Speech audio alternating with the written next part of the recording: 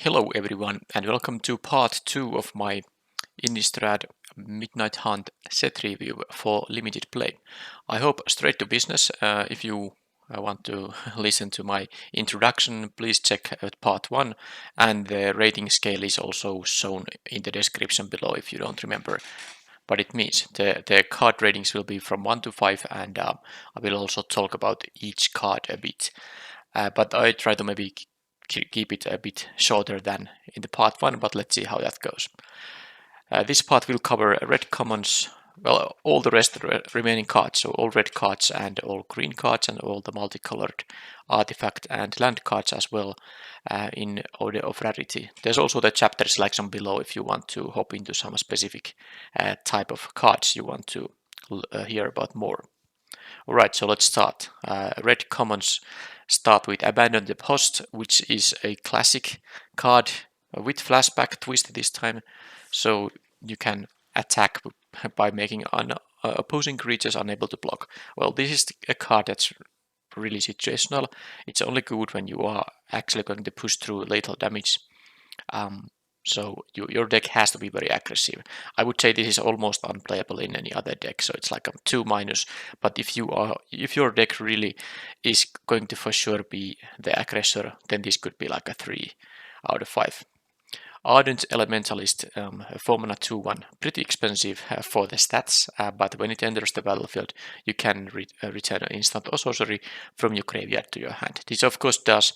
The value of the card depends on the amount of good instant and sorceries. Mostly that's going to be removal, but other cards could qualify as a good card as well.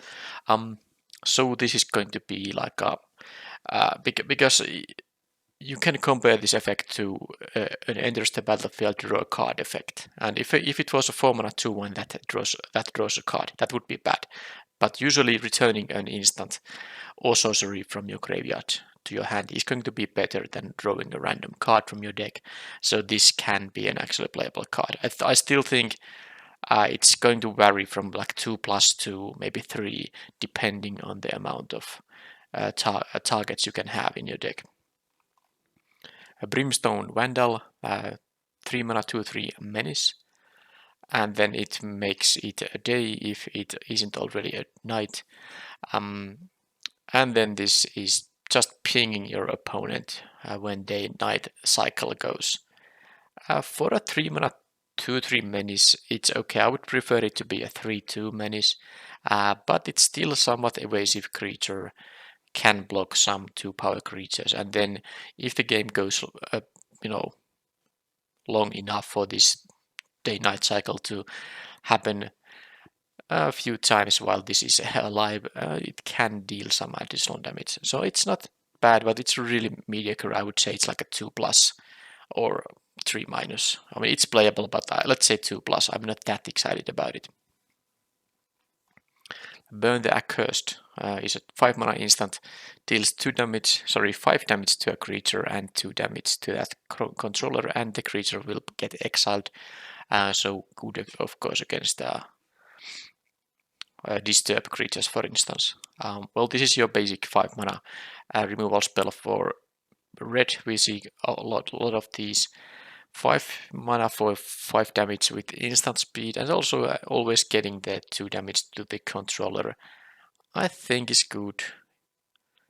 But you can't play too many of these. I would say it's like a 3 to 3+. Yeah, 3 to 3+, depending on how many expensive cards you already have.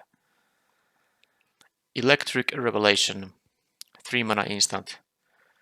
Discard to draw 2 cards. Alright, with flashback. So it is basically card draw and can maybe, because you can discard some graveyard synergy stuff, other flashback spells or disturb cards, for instance. So it's a little bit better than it's in a normal set. But it's a 3-mana draw card effect. So of course you lose tempo by drawing cards. It's like a playable but nothing exciting. It's like a 2+ to me, I think. Falcon Wrath Perforator, 2-mana 2/1, attacks 1 damage to a defending player. Okay, well that's not a good stat line, but if you remember from the previous part, there's a lot of black cards, and I assume also red cards that care about if the opponent was dealt damage that turn. So if you can attack with this trigger, well, yeah, of course this triggers if you attack, deal some damage to the opponent, and if this trades, even with some mediocre cards, if you care about the opponent losing life, this could be worth it. So I would play this in decks that have those um, cards that care about the opponent losing life. If your other cards don't care about that, this is pretty bad stat line. 2 mana 2/1 is with 2 weak. So it ranges from 2 to like a 3 minus, depending on how much you care about the effect here. Famished Foragers, 4 mana 4/3, it's okay. A pretty standard baseline for a 4-drop. When this enters the battlefield, yeah, if an opponent lost life, you get to add 3 mana. And nowadays when there's, well, it's been years since there was mana burn, but there was in Time Spiral, for instance, there was a similar card, Cold Stoker, I think was its name. 4 mana 3/3, and when it enters, add 3 red mana. Sometimes you had to take damage when you had no use for the mana. Well, it's different here. You never are gonna lose any. I mean, it's never gonna be a drawback if you add the mana. And this has a built-in way to use the mana. So discard a card to draw a card if you have something not so great in your hand. But of course, the card is at its best when you can actually, let's say it's turn 5, you play this, and then you have still a 4 mana left to play a 4-drop, or turn 4 you play this and then a 3-drop. This can be amazing tempo play, but of course it needs the trigger to happen. So opponent must have lost life. So it doesn't happen always. How to rate this? It is, I think, somewhere around a 3 to 3 plus. I think I wouldn't say it's like 4 range card ever, because it's still a bit unreliable, but it's definitely a good quality 4-drop, I think. Festival Crasher is a 2 mana 1/3, and it likes that you cast instant or sorceries. Gets +2/+0. Alright, well, the stat line is okay defensive. 2 mana 1/3 is okay unless you're a hyper aggressive deck, and then you can get easily, for example, make this into a 5/3 or so, because it's not that hard to cast 2 of these in the same turn. So I would say it's okay, but it of course does depend on your deck's needs, and for example, how important it is to have a 2 mana 1/3. So and of course the amount of instant and sorceries and flashback spells especially is going to matter a lot. So it's going to be somewhere from 2 to 3 depending on the deck. That 2 to 3 range applies to many cards indeed. So you're going to hear that. I'm assuming you're going to hear that more. All right, Harvesttide Infiltrator. So the first werewolf here for red. 3 mana 3/2 with trample. Well, 3 mana 3/2 is okay if the card does something else too, and of course, it being a werewolf means it can do something else. It becomes a 4/4 trampler when it's night, so that's of course great for a 3 mana.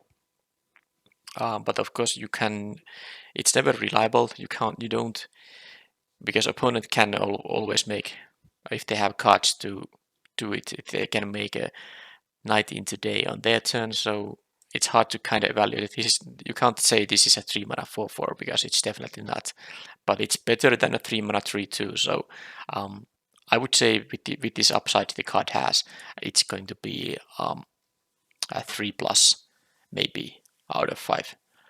And then there's Immolation, classic card.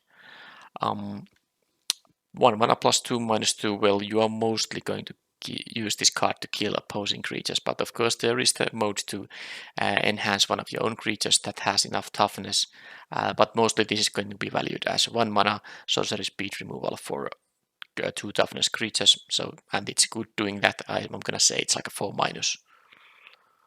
Lamphold Harrier, 2 mana 2/2, doesn't require a lot to make it a reasonably inclusion in the deck, and 4 mana ability to make a creature unable to block is definitely reasonable. So I'm gonna say this is the kind of 2-drop you are happy to run in your red decks, and I'm gonna say it's a 3 out of 5. Moonrages Slash. Well, this is seems like it is a very premium quality common in the set. It's too early to say if it's the best common. This, in my opinion, will be among the best commons for sure, because even if you didn't get the discount 3 mana instant speed, that's not even a double caster. To deal 3 damage to any target is always great in limited, and this can cost just 1 mana. And all it requires is that it's a night, and it's going to happen, I would assume, reasonably often. So you get very good tempo when you get to cast this for 1. I'm gonna say this card is a 4+, or maybe. Oh, wait a minute, I don't actually recall when I gave 4+, but anyway, let's say 4 out of 5. This is the premium first pick quality common removal spell. Mounted Dread Knight, 5 mana, 5/4 with trample, so that's already pretty decent, because trample does make it an actual threat. It's not jump blockable easily, so it has also some other ability. It enters with a +1/+1 counter if opponent lost life that turn. So it's going to be a 6/5 trampler for 5. That's going to be very good value, and given that it's not so bad if you don't get a counter, this is. It seems like they're really pushing the 5-drops so that they are all actually quite good. There's still the problem that you can't just have a ton of expensive cards, but if you don't have anything expensive in your deck, this is definitely a card you're happy to run. So I'm gonna say it's like a maybe 3-, because I'm gonna give the minus because it's not a high peak because of the reason that you can't take many 5-drops in a draft. I've said that many times, but the point is that a 2-drop is easily going to be a 3+, because you want to have more of those, and you need to pick those early to fill your deck with good quality 2-drops. But you don't need 5-drops at all necessarily, and if you get 5-drops, you don't want to have like more than 3 of them usually, and even 3 is quite a lot for some decks. So that's the reason that even though the card is actually very decent 5-drop, it's just not at that high pick. You are never gonna first pick this card. Then there's Neonate's Rush. Okay, so this is a 3 mana instant, but it's gonna cost 2 if you have a vampire. Deals 1 damage to target creature and 1 damage to its controller and draw a card. Okay, I guess I see what this means. Well, sometimes you of course can pick off a 1 toughness creature and then drawing a card. It's gonna feel nice, of course, but when you don't get to pick off a 1 toughness creature, the idea is that you can enable your vampires that care about the opponent having lost life that turn. So this is not going to be a good card.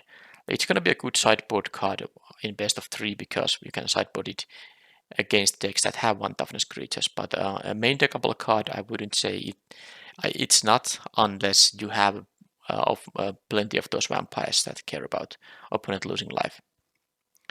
So I'm gonna say this is from 2 to, let's say, 3- perhaps. Pax Betrayal. So this is okay. So this is like the Act of Treason variant. Gain control of target creature on tap. And if you control a wolf or werewolf, scry 2, it's not really great. So this is the same thing as the first common was, that makes creatures unable to block for a turn. Very a very situational card, and I'm not sure if this set has a sacrifice theme. I actually hope it doesn't, because this is a common. I didn't like the aspect in Forgotten Realms that the steal a creature card was a common and there were multiple common payoffs, ways to sacrifice stuff, so that was really obnoxious. But yeah, anyway, if you can't really benefit from the opponents, well, there is of course sacrifice theme here. Yeah, I just remembered the black one has those cards that do sacrifice creatures for benefit. So okay, it seems to be that the same archetype is alive and well. Also in Midnight Hunt, let's see how obnoxious it's gonna be this time. So you should pick this if you have those sacrifice outlets. If you don't have sacrifice outlets, this is only going to be in the most aggressive decks, and even then it's not that good. So it's gonna be 2 to 3 depending on if you have sacrifice outlets or not. Raise the effigy. 1 mana card that can destroy an artifact or give an attacking creature +2/+2. Well, doesn't do anything on defense. There are not that many artifacts in the set. I would say this is pretty weak card, 2-. Stolen Vitality.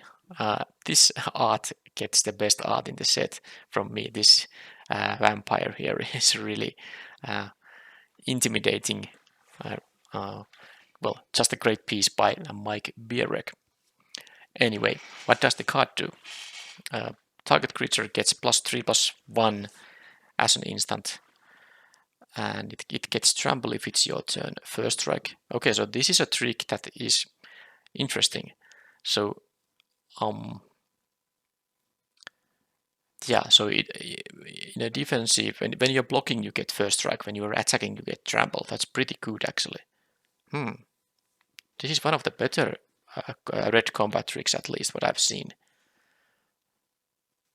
Well, it's still a combat trick, so you are not gonna be happy to run many of those, but I would say this is like maybe a 3-. I would maybe put one of these in at least some of my decks.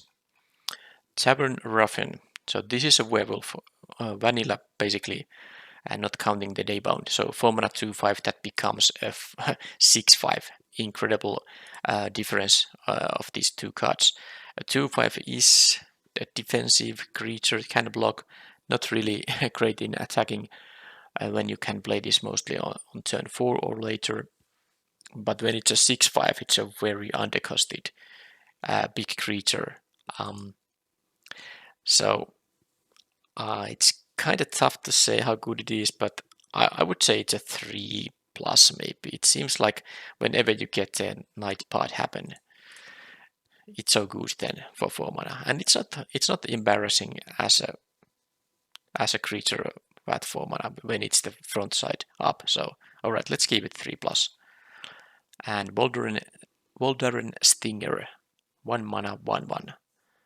First strike when it attacks, and you can pump its power, and you can pump it multiple times, so it can even be a 5 power first striker if you have 6 mana around. Well, this is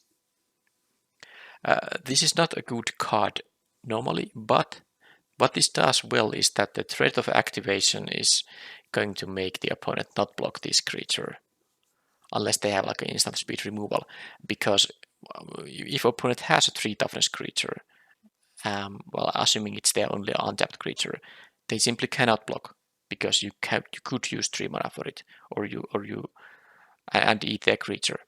But the point is, when the opponent takes 1 damage, of course, you are not going to sink 3 mana to it very often when the opponent takes it through. But of course, what happens, this will enable your vampires that care about the opponent losing life. Hence, I'm saying that this card is mostly playable only in the deck that has several of those cards that care about the opponent's losing life. And in such a deck, this would be like a 3-3 range of card. In other decks, it's a 2/5. And that was the red commons. Let's go to red uncommons. Cathartic Pyre, 2 mana. Removal, this is an instant even with options. You can deal 3 damage to a creature or planeswalker. Well, that's great. And then you can even, if you don't have any target for it and you need to draw something, you can discard up to 2 cards and then draw that many cards. Now this of course loses a card by doing so. It doesn't get you an extra card, but given that it's just a secondary option on a very good removal spell, which is going to, and the removal option is something you're going to use like 90% of the time at least. It's just a fantastic card. It would be fantastic even without the second option. I'm gonna say it's a 4/5. Fangblade Brigand. So 4 mana 3/4. And a pretty good ability there. So with 2 mana activation, it's a +1/+0 and first striker. So a 4/4 first striker. I'm saying that even the daybound version is just completely great for 4 mana, and then at night, because it's a werewolf, it becomes a 4/5 and still can get the same ability. You know, +1/+0, +1/+0 and first strike. So it becomes a 5/5 for 2 mana first striker. But it also has a 5 mana activation of all your creatures get +2/+0 until end of turn. No first strike this time, but that is of course a fantastic option to have. This is a very high quality card. I would say it's a 4- out of 5. Flame Channeler. So it's a transforming card, not a werewolf. 2 mana 2/2, and when a spell you control deals damage, transform. So this deals damage to anything, any spell you control. Okay, that shouldn't be too hard if you just have spells that deal damage. And it becomes a 3/3, and it gets flame counters when spells you control deals damage. And then you can remove those flame counters to exile the top card of your library and play that on the same turn. Well, this is just, I mean, it's a 2 mana 2/2, so already acceptable. And the bonus this card has is huge. First of all, it just becomes a 3/3. It's fairly easily, I would say, maybe. It does depend on the amount of damage dealing spells in your deck. You don't have like 10 of those, but even if it's in some games it stays at 2/2, it's fine. But sometimes when you get the 3/3, and especially if you get to even get extra cards from the ability, it's gonna be fantastic. I'm saying it's gonna be a 4- in decks that have maybe like 5 or more damage dealing spells, and of course it's weaker. It's like a 2 to 3 in other decks. Lunar Frenzy. So 1 red mana and X, instant target attacking creature gains +X+0 and first strike and trample until end of turn. Okay, well, it's a reasonable trick, because for 1 mana you just can give first strike to your creature. So in a combat situation where your good creature is about to trade with opponent's good creature, for 1 mana you can make a trade into a tempo gain of you not losing your creature and eating up your opponent's creature. And of course, when you have the mana to sink, the trample and +X+0 is potentially giving you a game-winning attacks. Still a very aggressive card. Of course, it does work on defensive block and then give a first strike, or maybe even a small stat boost to your creature. But this is going to be best in decks that are looking to attack. All the decks are almost all the decks are going to look to attack, but by gaining a victory by maybe attacking before the opponent can do some very expensive plays and overwhelm you with their potentially expensive powerful cards. So I'm saying that the control decks don't need these kind of effects. Mid-range and aggressive decks don't mind. I mean, mid-range decks don't mind. Aggressive decks, I think, actively want to play this kind of card. So the rating of this card goes from 2 to maybe even 3+, depending on the deck. Obsessive Astronomer, 2 mana 2/2 again. And it makes it a day if it's not at night. Whenever day becomes night, or vice versa, discard up to 2, then draw that many cards. Well, that's a good ability for a 2 mana 2/2. So definitely high quality 2-drop. So I'm gonna say it's a 3+. Play with Fire. So this is the upgrade to Shock. It's an uncommon though, not that it matters for constructed. So this is 2 damage to any target, and if you damage a player, you get to scry 1. Well, it's just fantastic. I would say it's a 4-. Purifying Dragon, 5 mana 4/3 Flyer. Okay, but not enough. But then again, there is another ability. Whenever Purifying Dragon attacks, it deals 1 damage to target creature defending player controls, and if it's a zombie, it deals 2. Okay, well, it's a bit hit or miss. A 4/3 5 mana Flyer is like okay, not like super amazing, but it's okay. And sometimes the 1 damage or the 2 damage can matter, especially when the opponent has actual zombies. 2 damage can kill those, and it's not limited to just the decayed tokens. There can be an actual card you get to pick off with this thing. So this is even better when you can sideboard it in, but I think I would main deck this in most red decks, but it's not super high pick. Maybe I'm gonna say it's like a 3 out of 5. Seize the Storm. 5 mana sorcery. Create a red elemental token that has trample, and power and toughness are equal to the sorcery and instant cards in the graveyard, plus the number of cards with flashback you own in exile. Okay, point is, this is a constantly updating number, so it's not locked to the value it is when you cast the spell. So it's gonna be bigger the longer the game goes. And this also has a flashback. So let's see if you first, it's turn 5, maybe you get just like a 3/3, but it's gonna become bigger. And then if you get to 7 mana and you have even more, cards that make the size goes bigger, you get another one. This can be very good, but of course it does require a number of instant and sorceries, and ideally also flashback cards. Well, the flashback cards are instant and sorceries always, but yeah, well, it doesn't actually matter that much if the cards have flashback or not, but every card will count once for this thing anyway. But this could give you 2 big creatures for 1 card. It is gonna cost a lot of mana, but I think it's worth it in decks that have like a 7+ instant and sorceries. I would be looking to play this, and not so much if you have less than that. So range is, I mean, it's gonna range from 1 because it's unplayable in decks that don't have more, like a deck that has 2 instant or sorceries. You're never gonna play this in their deck. So basically, it ranges from 1 to even to 4, I think. Well, let's say 4- is maybe the highest score it can be, because I would always pick the quality removal over this. Spellrune Painter, 3 mana 2/3 werewolf. Okay, so it gets +1/+1 when you cast the instants or sorceries. It's okay for the stats. 2/3 for 3 is bad, but it's fairly easy to get a stat boost, and of course with the instants you can surprise your opponent. And then at night it is a 3/4, and the effect is the same trigger, but the effect is +2/+2 and not +1/+1. So this is of course fantastic. For 3 mana, you get assuming it is night when you get to, for example, attack with this thing, it's a 3/4 that threatens to be 5/6 or even 7/8. That is good for a 3 mana 2/3. I would say, again, of course, does depend on how many instant or sorceries you have, but yeah, this ranges from 2 to, let's say, 3+. Thermal Alchemist, this is a reprint. Well, it's an 0/3.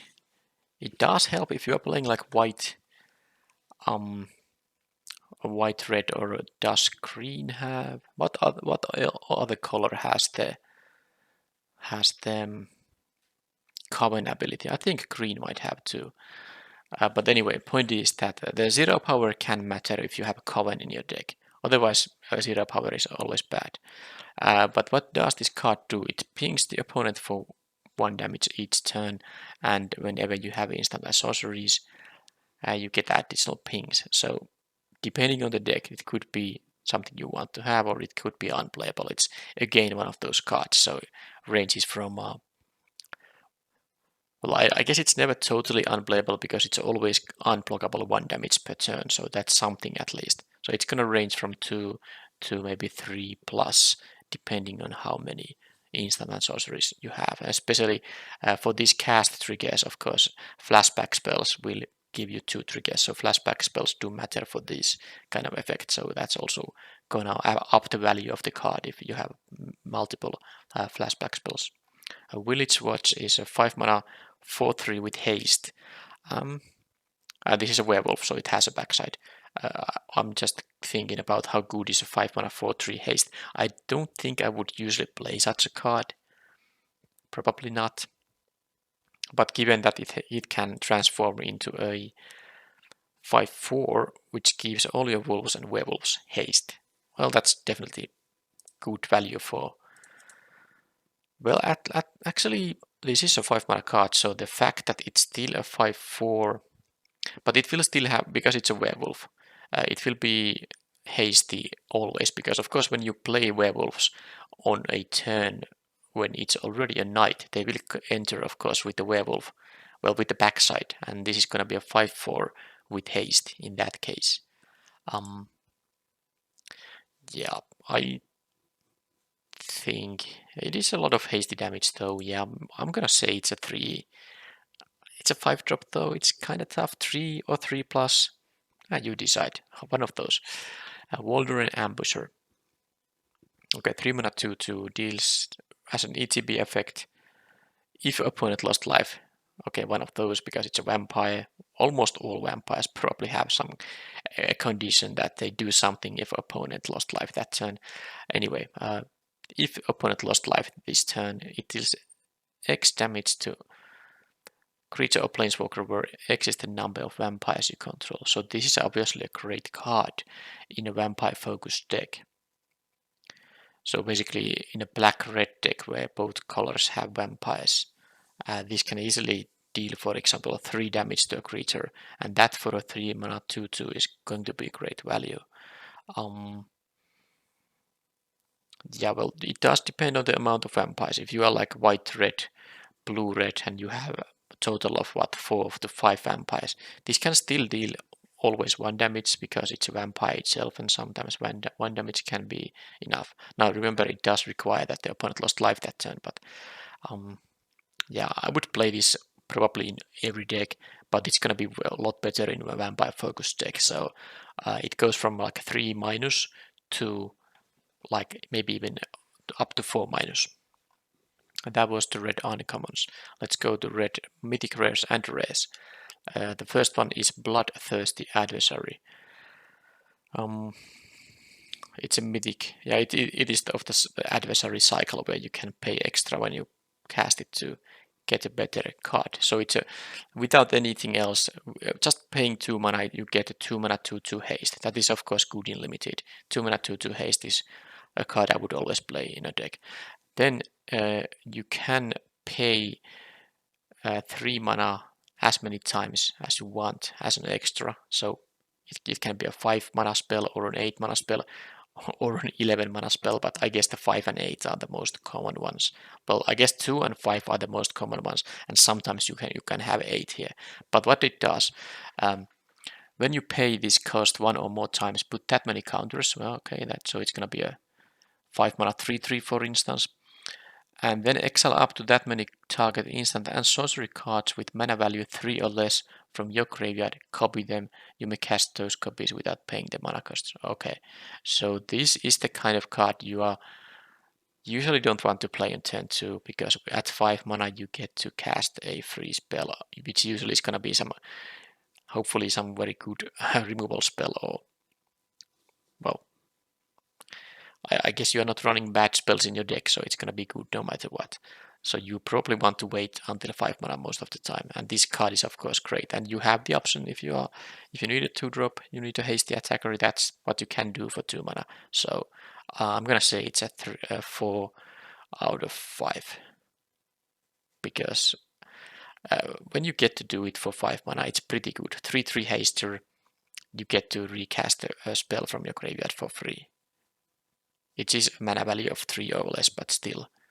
Yeah, I'm gonna say it's a 4 out of 5. Burn down the house. Yeah, this is one of the common rats effects. I already covered the white rare and did I say common? Yeah, I did. I meant rare, because there's a mythic rare rat too. It was the black enchantment.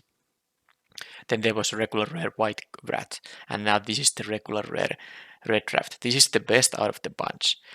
Because this doesn't have your usual drawback of not doing anything when you are ahead.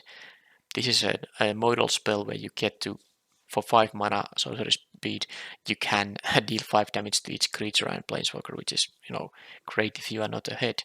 And then if you are ahead, you get 3/1/1 devil tokens, and when they die, they ping a target for 1 damage, and they gain haste until end of turn. So that's just a great backup mode for the spell if you don't care about the rat effect. This is one of the best cards in the set.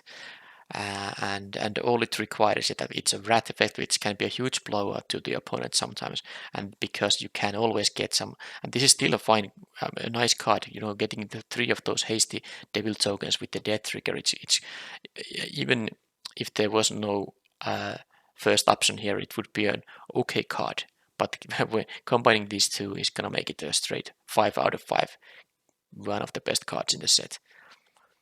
Alright, Curse of Shaken Faith. So the red curse is saying that when the player that is enchanted casts a spell other than the first spell or copies a spell, this deals 2 damage. Okay, well this is for constructed. In limited, the opponent usually, if they can't afford to take the damage, they can most often play just 1 spell per turn, and I guess yeah, sometimes this might make them miserable when they have a lot of cheap cards and they can't take the damage. But I'm saying this card is unplayable. It's a 1 out of 5. It's way too easy for the opponent to not care about this. So it's 1 out of 5. Don't play it. Falcon Wrath Pit Fighter. 1 mana 2/1. Okay, well that's already good. Discard a card, sacrifice a vampire, draw 2 cards, activate if opponent lost life this turn. So, and it's a vampire itself, so you can sacrifice this one too. You don't gain a card, you discard a card and sacrifice a creature to draw 2 cards, but you usually discard a bad card you don't need and sacrifice a vampire you don't need. And then to get 2 fresh cards. But of course this is a 1 mana 2/1. They are not always that great, but the red and black, well, any deck that has vampires definitely is going to be aggressive. So I'm gonna say this is a high quality 1-drop, and I'm gonna give it the score of a 3+ and very close to 4-, I would say. Cast Flame Reservoir, 3 mana artifact. So when you cast an instant or sorcery, you put a charge counter on this thing, okay? Then you can remove any 2 mana and tap. You can remove any number of charge counters from this thing. It deals that much damage to any target. Well, that wouldn't be enough by itself, but it has a very nice second option too. Second ability. You can just use 2 mana, tap this to exile the top card of your library, and you may play this card. That card this turn, which is going to be very good late in the game, like a turn 5. When you have, I don't know, 5 or more mana, and you're starting to run out of cards, you can start using this to just basically draw extra cards. And then there is the mode that when you get the charge counters loaded up, you can use this as a straight up removal. And note it also says any target, so you can just pile up the charge counters and finish the opponent with it.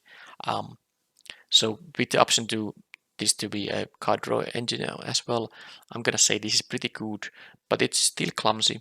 You have to first pay 3 mana without affecting the board, and it only starts doing something later in the game.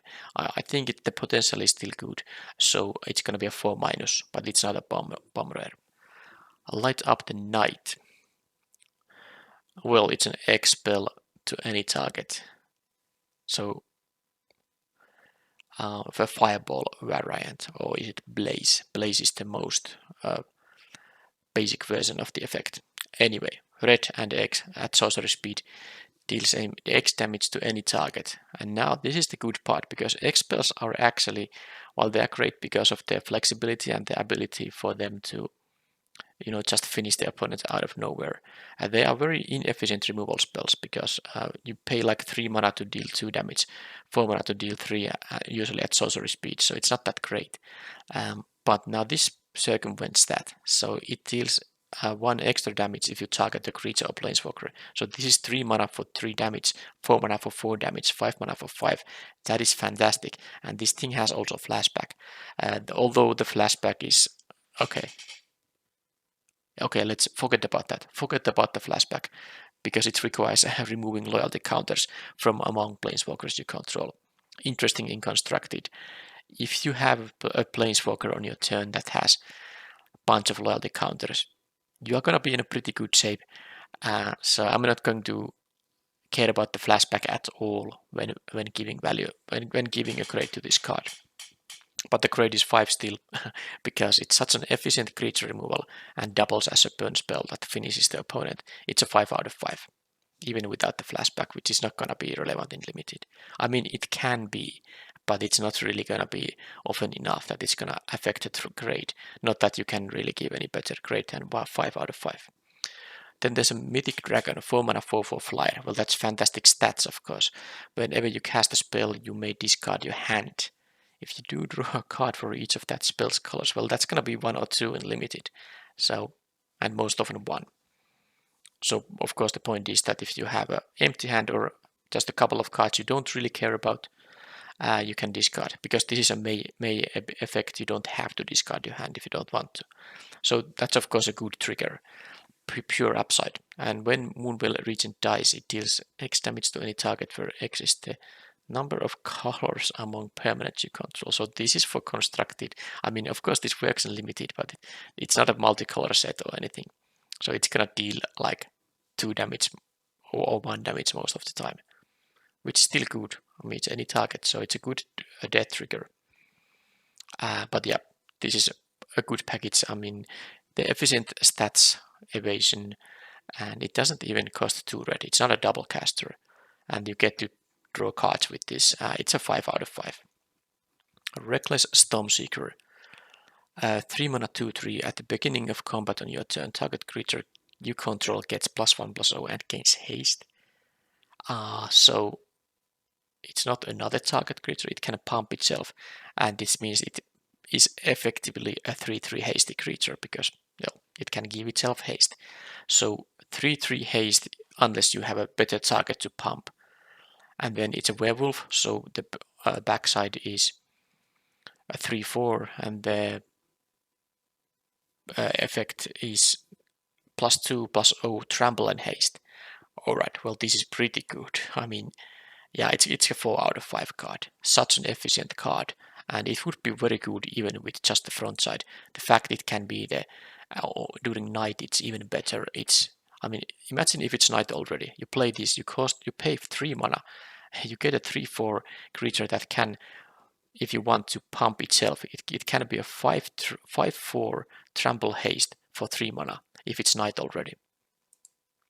Wow, it's a 4 out of 5 easily.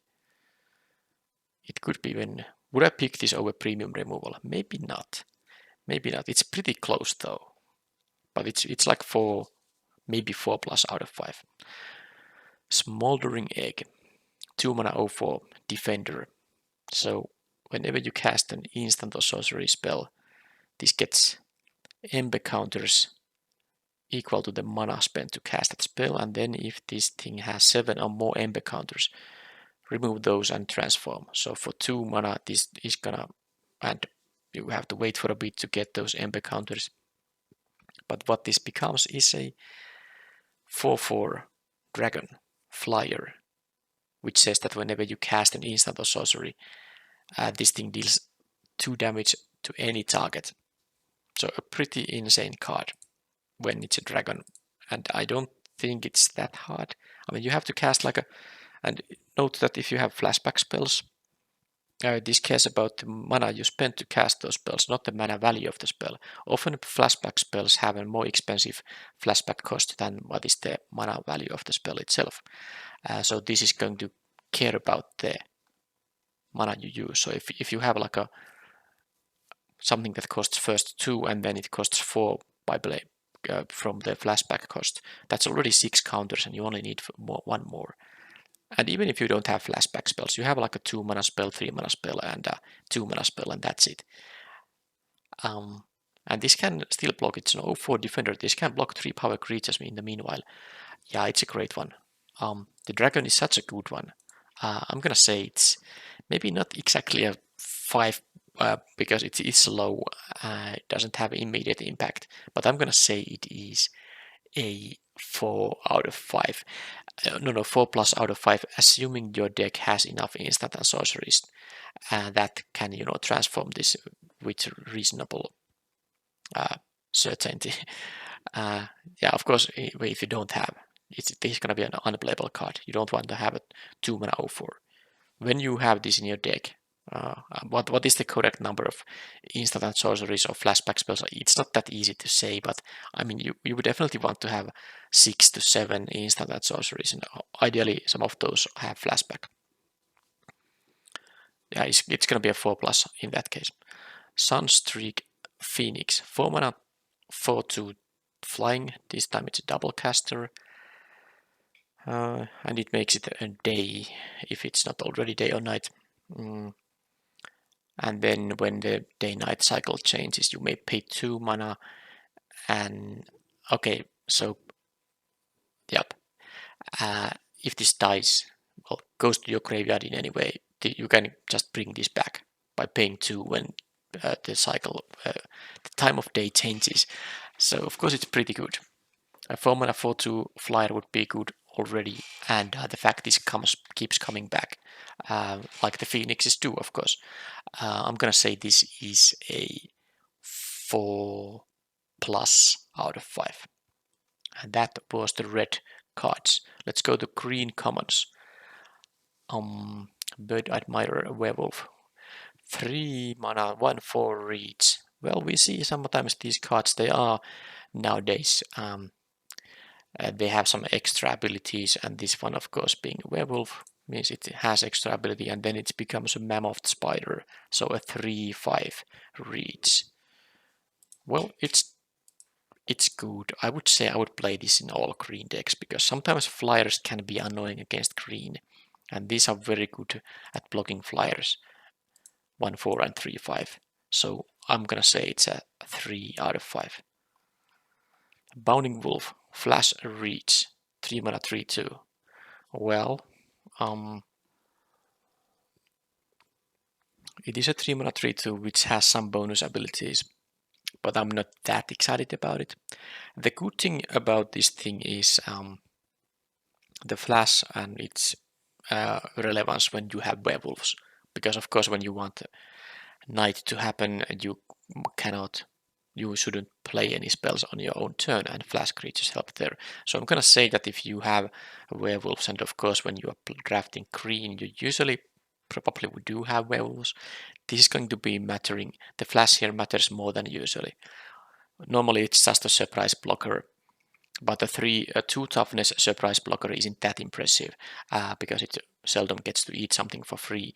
But now that the werewolf thing is, the night day cycle is relevant to kind of to change that, I'm gonna give it some extra value for the flash. And of course reach, meaning it can also block flyers, is definitely a bonus. So I think it's like a 3 out of 5. Bramble Armor, 2 mana, snap own equipment, because it enters and you get to attach it for free. Of course the equip cost for these things usually is something awful, and this is no exception. Equip cost is 4, but the effect is +2/+1. So what you get here is you get this doesn't have flash, not that much, but you can just play this, before attacks, and your creature gets +2/+1, which is a significant stat boost given that you can reuse it. It is very expensive to move around though, so it's not really. But the fact you only pay 2 to get the bonus ones, you can compare this to the Forgotten Realms green equipment that was 2 to play and 3 to equip. It gives +2/+1 and reach. But the fact you have to pay 5 mana to get the benefit is, made pretty bad card. Here you only pay 2 mana to get the benefit, and when the creature dies, or you just for some reason want to move it around, you have the option to do it for 4 mana. But for 2 mana you get a reasonable boost. So I think it's not bad, but it's not that exciting either. I'm gonna say it's like a 3-. Candlelit Cavalry, yeah, Coven. So green also has this Coven abilities. 5 mana 5/5. That's reasonable stat line. Again, a 5-drop common that seems. I'm not gonna say pushed, because if it was any worse, it would just be not playable at all. But this is like all the 5 mana commons, I think, have been quite playable for all the colors, if I recall correctly. Anyway, when you have common, so that means that you have 3 creatures with different powers. This gains trample. Okay, so of course trample is good. So you can consider this is a 5 mana 5. If it was always 5 mana 5/5 trample, well, it would be good. Now it's not as good because it doesn't always have to trample, but it's like maybe not super amazing, but I'm gonna give it still a 3 minus. Maybe it's a card you should be. You don't feel bad about putting this into your deck if you need some high-end beaters. Dawnheart Rejuvenator, it's 4 mana 2/4. Gains you 3 life when it enters, and then you get to add 1 mana of any color by tapping. It's of course just sad to tap your 2/4 to add mana. Sometimes you of course do it, but then you don't get to use the body at that turn cycle at all. I don't think this is a good card at all, unless you are splashing. Then of course this is reasonable in that case. So it goes from like a 2 to maybe a 3 minus. Duel for Dominance. A lot of text, 2 mana instant with Coven. Maybe I read this first by myself.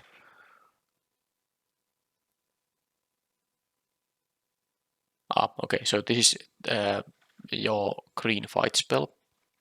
So it's a 2 mana fight spell. It's not a bite, so both creatures deal damage to each other. But if the Coven happens, you get a +1/+1 counter on your creature first. So it's pretty decent, I think. Instant speed, 2 mana fight is okay, and sometimes you get to grow your creature in the process. So this is a counter, not a temporary boost. So I think it's good to fight variant spell, and I'm gonna give it a grade of 3+. Eccentric Farmer. Okay, so when this enters mill 3, and then you can return a land to your hand. Alright, so 3 mana 2/3 is bad, but if it always gives you a land, that would be good.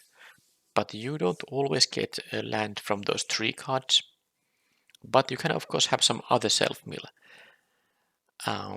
But you would have to play them before this, so maybe you don't play this thing on turn 3 in that case.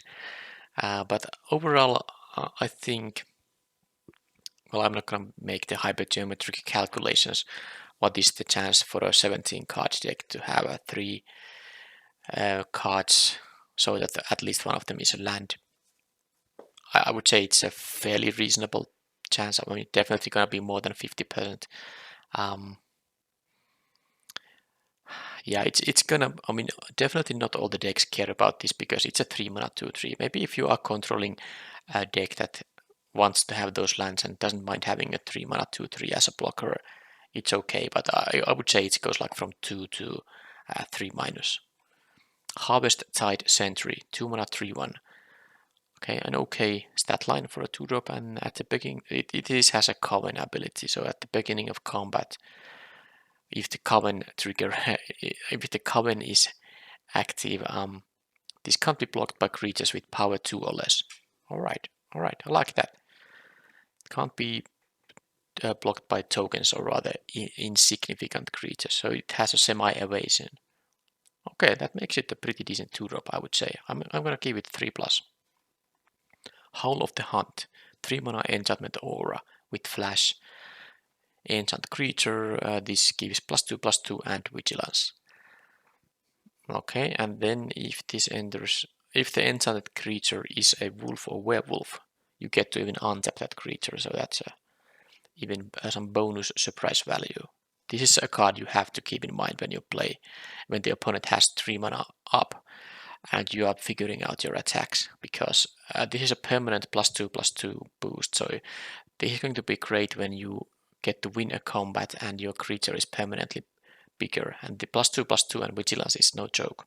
So it's still a combat trick. If your opponent has a lot of instant speed interaction, this is a bit awkward, but sometimes this is just very efficient, trick / creature enhancement. So I'm gonna give it like a baseline of 3+. Might of the Old Ways, 2 mana target creature gets +2/+2, and if you have a coven, you get to draw a card. Well, that I like a lot. A pump spell that draws a card, even though it doesn't do it always. 2 mana +2/+2 is of course not that great, but when you sometimes get to draw a card.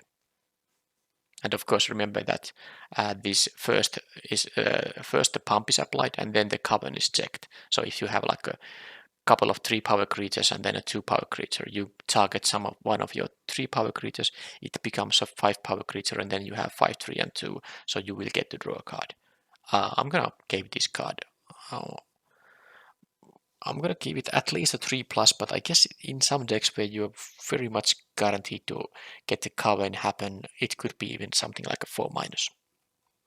Path to the Festival. 3 mana sorcery, you get to search for a basic land, enters tapped. I mean, you search that and put it into the battlefield tapped, and then shuffle.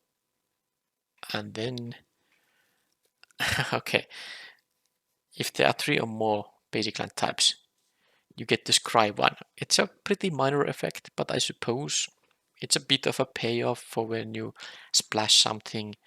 And the more important part is the flashback. So if the flashback cost is of course 5, so not all decks care about hitting their 6th and so land drops, but it's still a nice thing to have. And of course, this is also a trigger for all the cards that care about you casting instant and sorceries. So how good is a 3 mana ramp? It's normally not that good. 2 mana ramp is excellent. 3 mana ramp is a bit questionable in terms of tempo in games. You want to usually play stuff that affect the board on turn 3.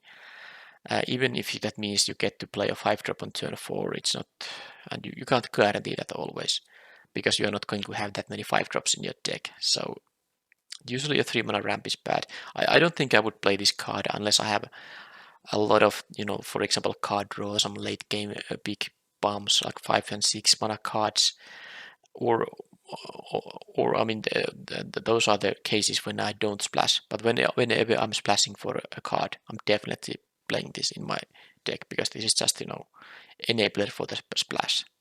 So definitely playing in those cases. So the value of this card goes from like a 2- to even 3, maybe even 3+ if you really need the splash enabler. Pestilent Wolf is a 2 mana 2/2 and completely reasonable activate ability. For 3 mana, this gains Death Touch. So early game, you just trade this with whatever early stuff the opponent has, and later in the game, you can attack into bigger creatures, or especially block or threaten to block some big creatures and giving it Death Touch. It's a quality 2-drop, and I'm gonna say it's a. But I would assume that most of the time it's just gonna behave as a normal 2/2. And the Death Touch isn't going to be that relevant that often, so I'm going to give it just a 3 out of 5. I liked more the 3/1 creature that was earlier. Plummet, don't play in best of 1. It's a good sideboard card in best of 3. I would pick this. I would not pick this in best of 1, and in best of 3 drafts I would pick this as if it had a rating of 3, because it's such a good quality sideboard card. Return to Nature, well, pretty much the same applies here.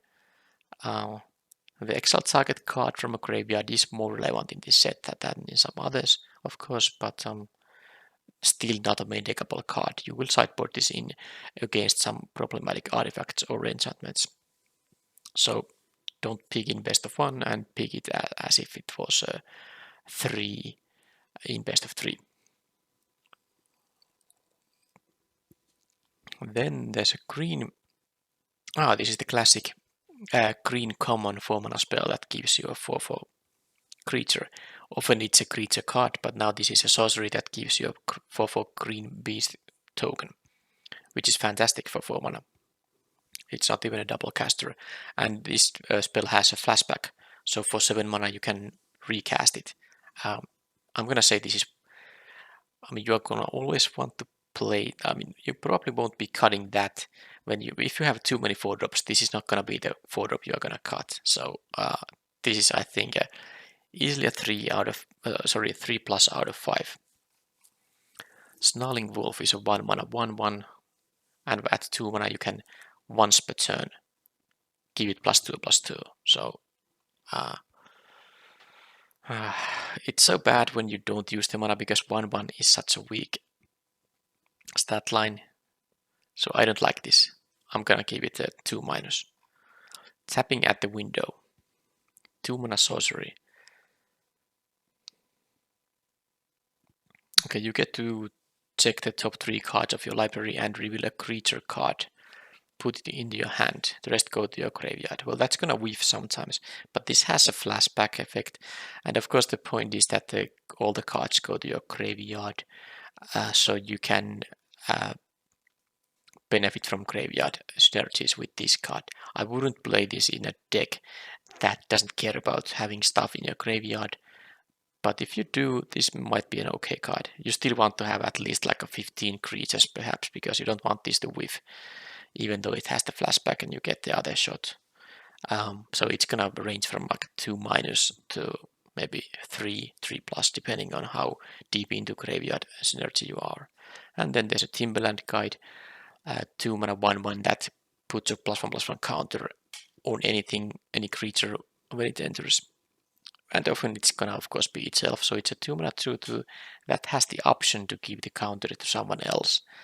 And it's of course a pure upside. I like this effect. It's definitely better than just a 2/2 because the extra counter on something else matters fairly often actually. At least I recall that much from similar cards.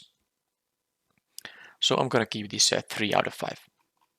Tireless Hauler, 5 mana, 4/5 Vigilance Werewolf. Okay, that's the base stat line. This is a 4/5 Vigilance is a good one because the Vigilance matters here. A 4/5 is big enough to be able to attack, and maybe opponent is going to have some trouble finding good blocks. But also it's a very good blocker, so Vigilance is definitely relevant here. And when it's night, this thing is a 6/6 Vigilance. So yeah, pretty basic stuff, but you get good value for the mana. 4/5 or 6/6 Vigilance. 4/5 mana is gonna be good. It's again a 5-drop common that's definitely just playable. I do like this more than the common 5-drop that was a 5 mana 5/5 that gets trample if it has the common happen. I do like this more. So, but it's still a 5-drop, so maybe like a 3/3-, some of that. Something like that.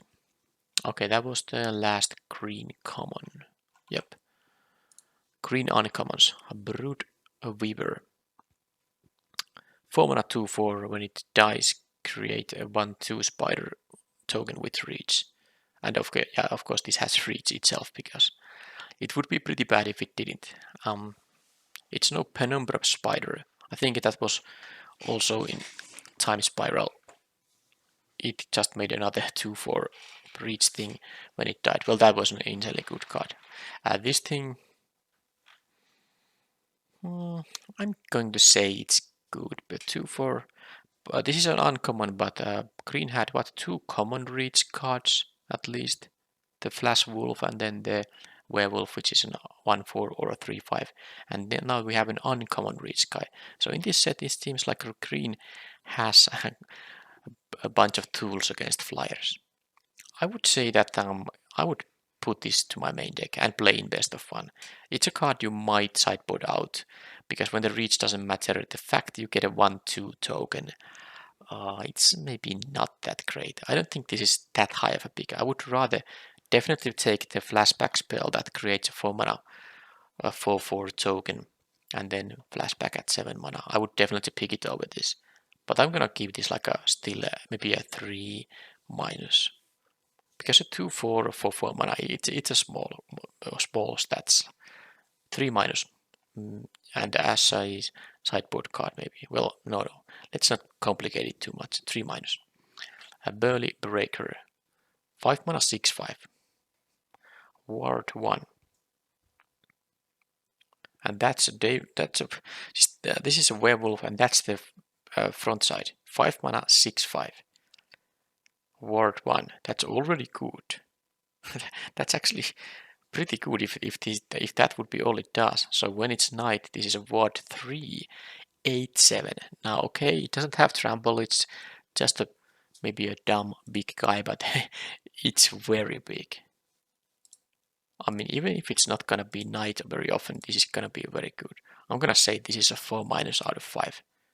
Very, very efficient. Clear shot. 3 mana instant.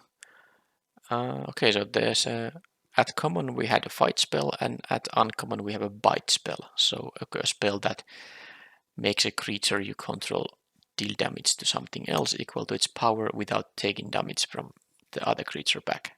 So for 3 mana, you get +1/+1 a temporary boost and it deals damage. Yeah, this is a good removal spell. I like this more than the fight spell. I think I'm gonna give 4- to this thing. Contortionist True Pay, or something like that. This thing enters the battlefield with X counters, so it's green and X the cost, and coven at the beginning of your end step. So it can happen right on the turn you cast this. If you control 3 or more, well, it's a coven condition. Puts a +1/+1 counter on target creature you control, so not even necessarily on itself, which is a possibility still, but you can grow someone else too. So it's like a Luminarch Aspirant, which doesn't trigger at the beginning of combat, but end step, of course, requires the coven. I would say this for a creature that is, I mean, the green mana and X which enters with X +1/+1 counters is never efficient because you pay a lot of mana for the stats. But of course, the flexibility makes these cards usually pretty reasonable no matter what. It can be a 4 mana 3/3, it can be a 7 mana 6/6, and everything else. But that just makes the card kind of like playable. But the coven ability, I think, is insanely good.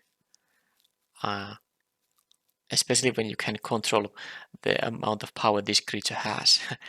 Usually you are going to use all your available mana for it, of course.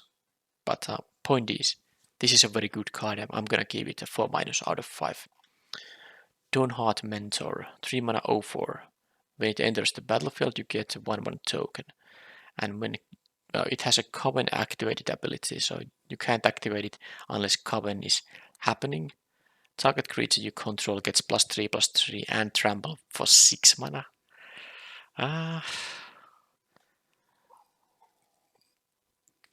Well, the idea of this card is that it's a 3 mana 0/4 that also gives you a 1/1. So that's 2 creatures for the coven. You only need some creature that has a higher power than 1 to make the coven happen. But not necessarily so relevant for this own ability, although this is a good threat of activation. It's not a sorcery speed activation. You can attack with 6 mana up, and of course opponent will have trouble deciding blocks when you can give +3/+3 to any of your creatures. But point is that this is very good enabler for your other coven stuff. So I would say this is without a lot of coven, it's not that great. But if you have other coven effects, it is going to be pretty good. And I'm gonna give this like a range from maybe like from 2+ to 3+, maybe even up to 4- in decks that really care about the coven. Death Bonnet Sprout, 1 mana 1/1, but it's not a werewolf, it's a fungus, but it has a transform ability, so you always mill a card in your upkeep, and then if there are 3 or more creature cards in your graveyard, this will transform into a 3/3, and then you can exile cards from your graveyard during your upkeeps, and when you exile creature cards this way, this grows even more. Okay, well, this is, I would say, of course you want to have a number of creatures in your deck, not like 10 only, because then it's gonna be pretty slow to get this transformed. But let's say you have 15 creatures, this is going to be transformed fairly easily. Of course, one other way to get creatures in your graveyard is just play them and make them trade in combat or eat removal spells from the opponent. So basically a 1 mana 3/3 with a delay, and then it even will grow more. I would say this is pretty good card. I would be happy to pick this in decks that I'm planning to have like 15 or more creatures in. So I'm in such decks I would say this is a 4-, at least a 3+. Defend the Celestus is a 4 mana instant that distributes 3 +1/+1 counters among 1, 2, or 3 target creatures. So you can choose any combination. Each get one creature gets 3, or 2 creatures get 2 and 1. Well, this as an instant speed effect seems pretty insane actually. You can blow out a combat and have permanently a significant increase in power and toughness for your creatures. Wow. I'm gonna say this is a 4-. It is a 4 mana combat trick, but it's not just a temporary trick. This gives you a permanent pump effect, and you can even, in some cases, you might even get a 2-for-1 by pumping 2 creatures so that they were about to trade, but they are actually surviving, and then they continue being large afterwards. Yeah, it's a 4- out of 5. Dryad's Revival is a 3 mana sorcery. Return target card from your graveyard to hand. Sometimes these green cards say permanent card, sometimes they say card, and this says card, and it also has a 5 mana flashback. So it's kind of like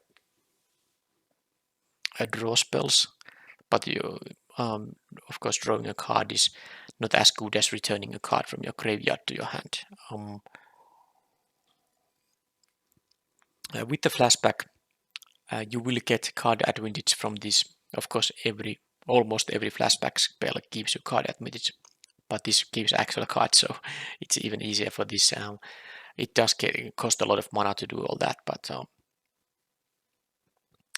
the fact it's not limited to permanent cards that these effects often are is going to make it a lot better. You can take some cheap efficient removal back and reuse them even twice. So the value of this card is going to depend on the other cards in your deck. But as a baseline, I mean, I'm gonna keep it like maybe a 3-, but it can get better than that. It can also get worse than that if you really don't have anything that amazing in your deck. You don't care about paying 3 extra mana to reuse one of your cards. That's bad for your tempo. But if you have high quality cards, you definitely don't mind spending some mana.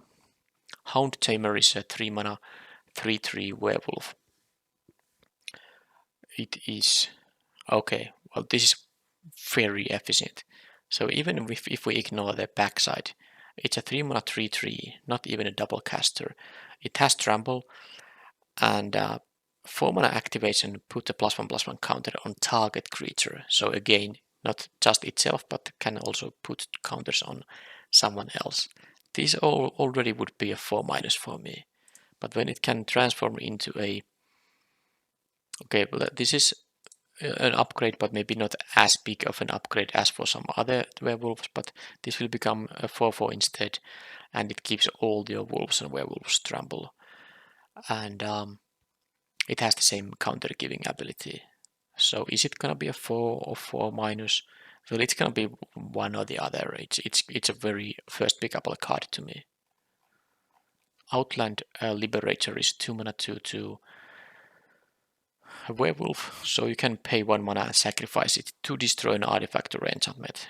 So yeah, that's already playable because you can have a disenchant on a stick, and the stick is a 2 mana 2/2, so completely reasonable card. But it's a werewolf, so the other side is a 3/3, and it still can sacrifice to destroy an artifact or enchantment, but it can also attack. And it's not even a combat damage trigger to a player, it's an attack trigger. Destroy target artifact or enchantment, defending player controls. Okay.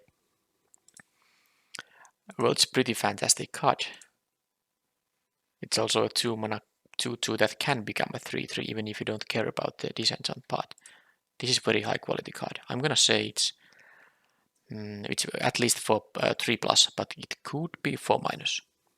if there's a range between those two, let's say 3.5, it's better than 3 plus, but not as good as 4 minus. Let's say that. Rise of the Ants, 6 mana sorcery, creating 2 3/3s, and you gain 2 life. And then it has an 8 mana flashback. Well, I guess 2 3/3s for 6 mana is a bit overcosted, but it's not that bad. And you gain some life, which is not that bad. And then the flashback makes it, I mean, basically for one card you're gonna get 4 3/3 tokens if you have time to do all that. Not gonna always have the time, but I'm gonna say it's a reasonably expensive card to run in your deck. Again, of course, you can't play many of these. I'm not sure how would I rate this comparing to the other expensive cards, but this is a reasonable card. I'm gonna give it a 3 out of 5. Turn the Earth, 1 mana instant. Okay, with flashback, but the effect is only well, you gain some life, but owners of, okay, well, you can read it. I don't need to read it. It's basically an effect you don't want to play in limited unless you have some very specific reason to do so.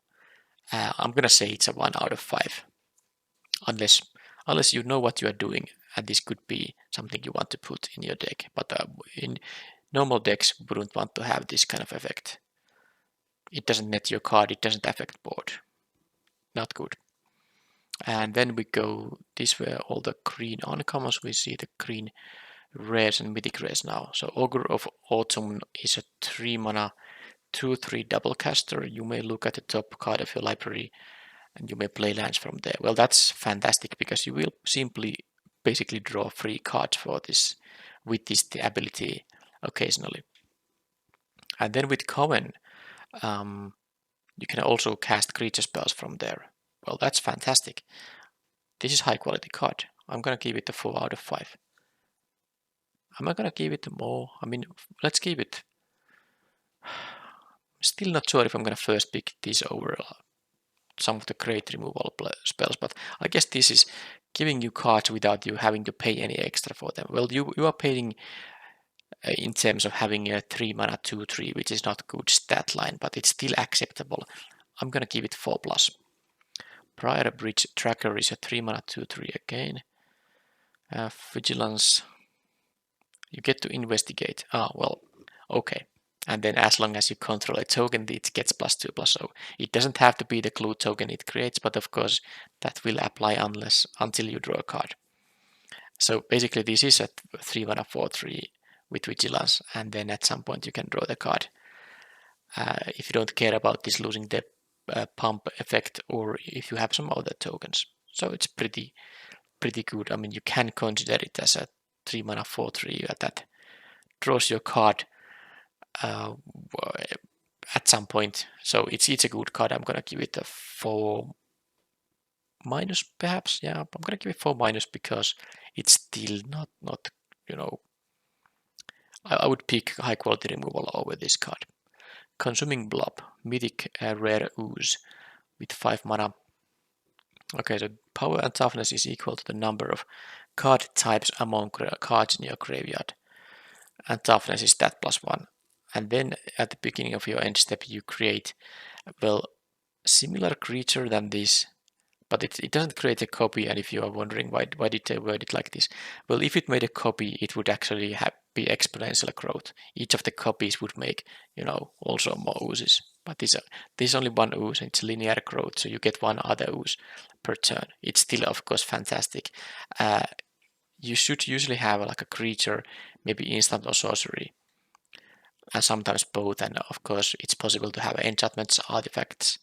Probably not planeswalkers in limited that often, but the ooze will be often 2 or 3. I mean, the star here is going to be 2 or 3, so it's going to be like a 2/3 or a 3/4, and it's beginning of your end step when it replicates. So you get basically the turn you play this, you will pass the turn with 2 of these oozes. So if you have a 5 mana 2/2/3s, even if that's all it has, it's still good because it keeps doing the same. If your opponent removes it, you are in a good shape still.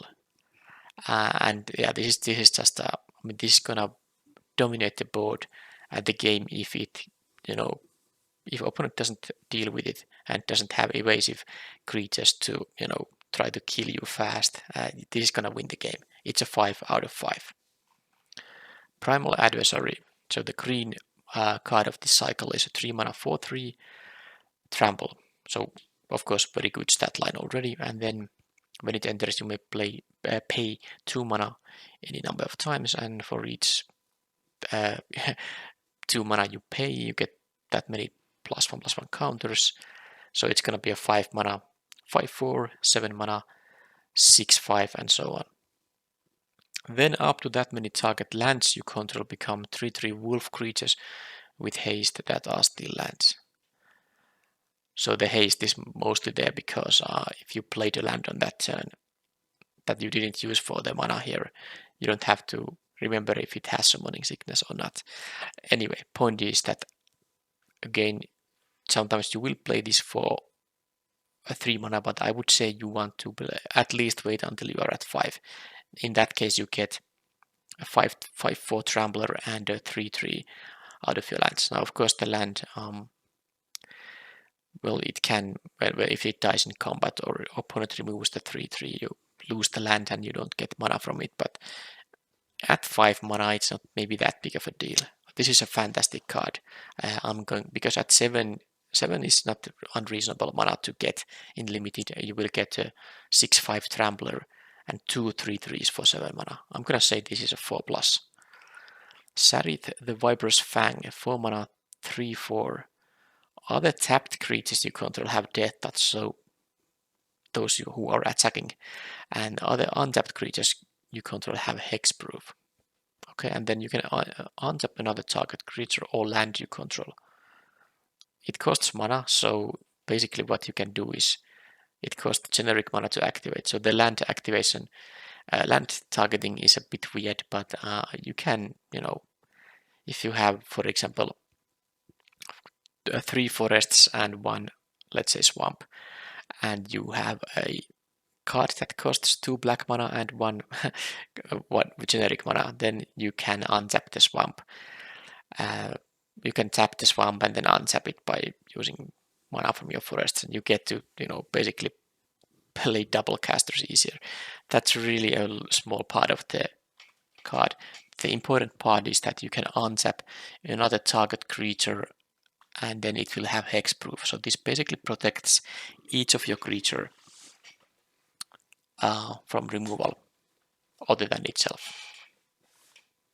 And the base stat line is completely acceptable. And your creatures that are attacking have death touch basically. This is really, really good. I'm gonna say it's a 4+. Storm the Festival. Okay, 6 mana sorcery and triple green.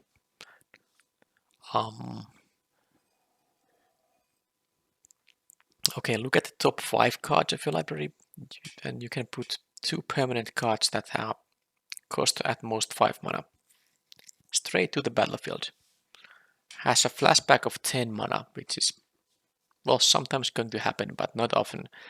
For 6 mana you get, of course you have to, well, any permanent cards work, even lands, so you are most likely not going to have like 4 or 5 non-permanent cards on top of your library, which of course possible, but that's gonna be rare. So you will be getting 2 permanents. The question is how often it's worth 6 mana and 1 card. I would say it's gonna be almost always the case. Even if you get something like a 3, if you get 2 creatures, it's going to be good no matter what, I would say. And even if you just get a creature and a land, that's kind of the bad case. But if that is the worst case that can happen, 1 creature and a land, well, I guess the worst case is like 2 lands, but that shouldn't happen that often when it's 5 cards. You wouldn't put this in your deck if you have like 10 creatures. You want to have 14 or more when you play this card. So yeah, it's pretty good.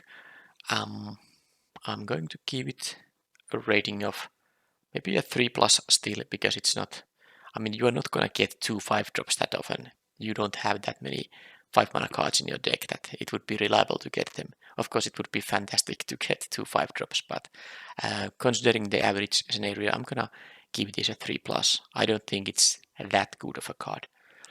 Traveler's Huntmaster is a 6 mana 6/6 werewolf. When it enters the battlefield, create 2/2/2 wolves. And that's the front side.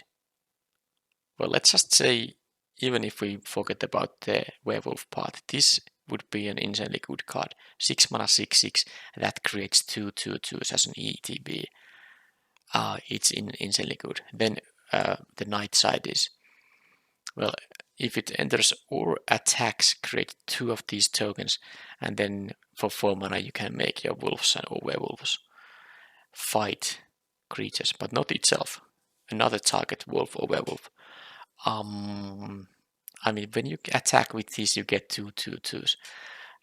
It's insane. This is a 5 out of 5. This is great value, and just wins the game if opponent doesn't deal with it. And even if it never becomes knight, so that even if it's never knight on your turn, it's already such a good value. But when it becomes knight on your turn, it's insane. Yeah, it's a 5 out of 5, no doubt. Unnatural Growth is a 5 mana enchantment which has a funny mana cost. 4 green mana and 1 generic mana. At the beginning of each combat, and note this is each combat, also works in opponent's turn. Double the power and toughness of each creature you control. So as far as combat is concerned, your creatures have double stats. I mean, the mana cost is hard. Green. If you have like a 9 forests in your deck and that's it, it's gonna be possible you never get to cast this card in a game of Magic. So if you play this card, you must have a lot of ways to make green mana. I would say 12 at the minimum. And that of course counts all kinds of mana sources, not just basic forests. Cards that fetch lands and all that, but you need a lot of green sources. But if you have that, this is a pretty insane effect. I'm gonna say it is a 4+. It is a 4+ to me. Willowgeist. 1 mana 1/1 with trample. Well, there has to be a catch. Whenever cards leave your graveyard, this gets a counter. +1/+1. When it dies, you gain some life. Okay, so in limited, usually cards leave your graveyard if you use disturb or flashback, but there are other ways. You only need this to become like a 2/2 to make it worth a card. Yeah, it does depend on the deck, but some decks do really like this. This can become a very big creature, like a 4/4, even a 5/5 potentially. But let's say maybe 3/3, 4/4 is maybe usually the biggest this can get. I don't know. I'm just guessing here, but point is, for 1 mana, 2/2 is enough. 3/3 or bigger is just very good. So how I'm gonna rate it? It's still slow, reliable. It depends on the other cards, and of course you won't be picking this in decks that don't get the growth happen at all. So it's just unpickable in those decks. But if you have enough ways, what would that mean? Like a 4 cards, 5 cards maybe that have flashback or disturb or something like that. Other ways to remove cards from your graveyard. So it's gonna be something from unplayable to up to maybe 3+. I don't think it's 4-.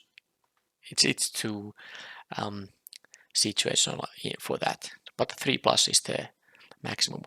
Okay, and then we have our first Planeswalker of the set. Is this the first one? Yeah, I think the rest are multicolored, so this is the only monocolored one. Ren and 7. So 6 has left I don't know what happened to 6, but anyway, Ren and 7 is the Planeswalker. The mono green Planeswalker. It's a 5 mana, 5 loyalty Planeswalker with 4 abilities. So +1, you get some lands from your deck and get to, fill your graveyard.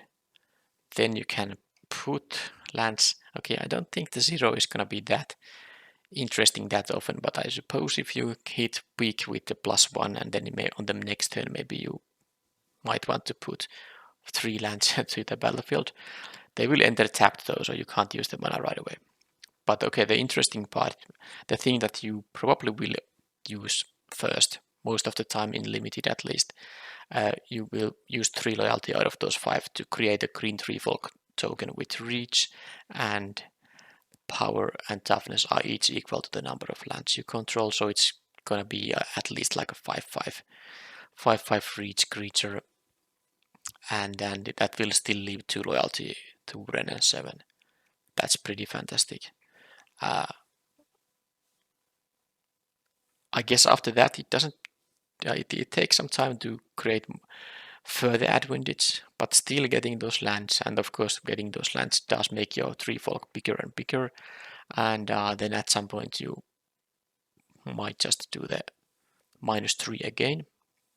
You might even do only 1/+1 in there and just use the -3, even though it will be the last loyalty this thing has, and it will go to graveyard after that.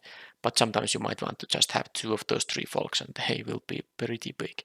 But anyway, what does the -8 say? Permanent cards from your graveyard to your hand. Alright, well, the +1 of course fills your hand and graveyard, and then you get all those back. It's pretty good, of course, but I wonder how many times you want to mill yourself, because decking out is a problem in limited with 40 card decks. So you have to use it at least 3 times. You will mill 12 cards. Well, after 12 cards you still have time to win the game before you get decked, but I would say you don't usually go that route. I think the 3-folk route is the one you use in limited most of the time, and that is a great route to have. This is a 5 out of 5 Planeswalker still, because it can just keep making those 3-folks. At least 2. When you get 2 of them, it's amazing value. 5 out of 5. And that was the final monocolored card. Let's move on to common and uncommon multicolored cards. There are very few, and there will be also artifacts and lands in the same batch. There are only a few commons, so that's why I'm grouping these with uncommons too. I don't think there's no common multicolored cards. There's some common, maybe artifacts and lands, but we will see them very soon. So Arcane Infusion is a blue-red card instant. Look at. So what does it do? Okay, so you get an instant or sorcery from your library, and this has flashback. Well, this is of course great in the kind of a spells deck. You want to have like a close to 10 at least, ideally but 8, 9, 10 instant or sorceries to make this a reliable card. The flashback cost is very expensive, so that's definitely going to take your turn. But this first use for 2 mana. Yeah, if you have enough targets, this can be a very decent card. Especially this is gonna be good in decks that have those triggers based on you playing instant and sorceries. Anyway, the rating will be from, this is going to be unplayable in decks that don't have enough targets, but it can be, as a build around card, I think it can be like even a 4- in some decks, but maybe it can be like a 3 in decks that don't go too crazy with the stuff. I don't know though if I want to play this card in any other deck than those that really go deep with it. Well, let's say it's a 4- in decks that really can benefit from the instant and sorceries, and otherwise it's gonna be pretty, weak. Blade Stitched Scarab. 2 mana, 2/3. Other zombies you control get +1/+0, and the decayed zombies, of course, zombies, so that's gonna be a very nice pump for them. They get to deal 3 damage instead of 2, but I mean it's just there are other non-token zombies in the set too, in blue and black, and this is just a great card for that. And even if you don't have a lot of other zombies, you are having a 2 mana 2/3. So let's just give it a rating of 4-, because I mean not because it's a 2 mana 2/3, but because it's fairly easy to get, you know, the pump effect matter. Corpse Gobble. All right, so you sacrifice any number of creatures. This is a 2 mana instant, and then you get one big zombie creature which has menace. Okay, and X is equal to it's an XX, so X is equal to the total power of the sacrificed creatures. So if you sacrifice a 3 power creature and a 2 power creature, you are already getting a X 5/5. This also has flashback. It's a very expensive 5 mana flashback though. So of course the first thing you are thinking to sacrifice to it is of course the decayed zombies. You attack with them and before they get killed, but after they deal damage, but before they get sacrificed by the trigger related to decayed, you have a window to sacrifice them for a big zombie. And of course you can just, you know, sacrifice other creatures too. I would say this is a pretty good card if you have a decayed in your deck. I mean, those ways to make those decayed zombies, and it's gonna be, yeah. I mean, I guess these build arounds are gonna get a wide range of ratings. This is gonna be up to 4- again, depending on the deck. But yeah, it really requires the. You don't want to play this in every kind of blue and black deck. Although when you are playing blue and black, you are going to have ways to make the decayed zombies. So I think it's fairly safe to first pick this card, for instance, sometimes. I would still pick removal over this easily. Dawnheart Wardens is a 3 mana 3/3 vigilance with coven. You get to pump your entire team with +1/+0.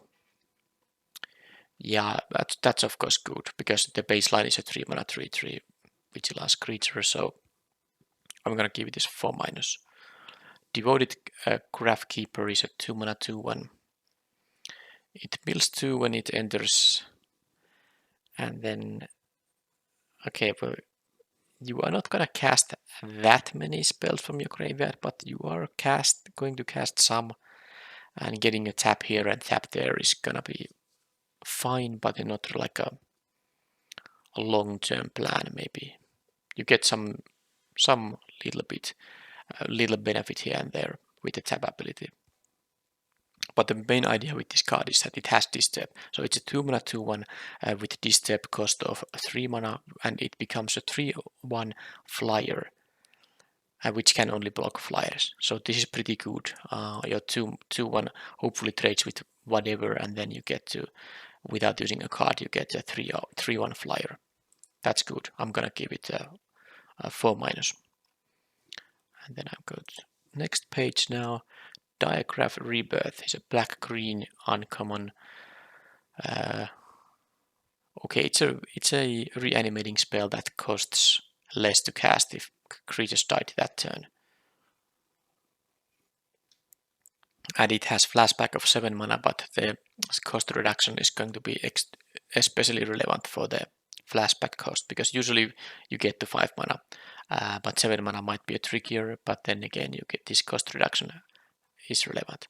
So it returns a creature card from your graveyard to the battlefield.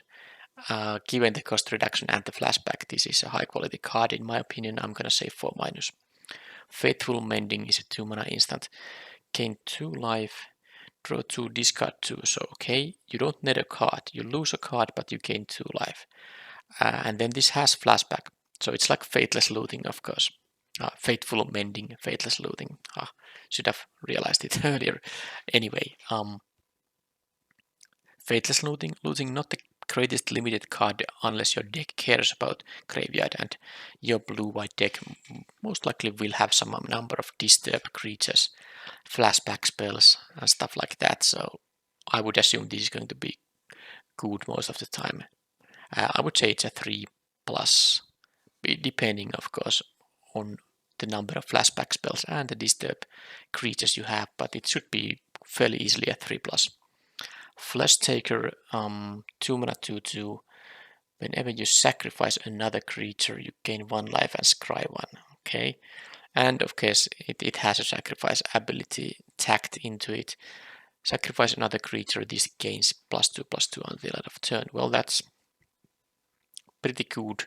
It's a white-black deck. White doesn't have decayed zombie production, I don't think, but well, black does. And of course, you can just sacrifice any other creature too if you want to. For example, some white disturb creature that you can then cast from the graveyard.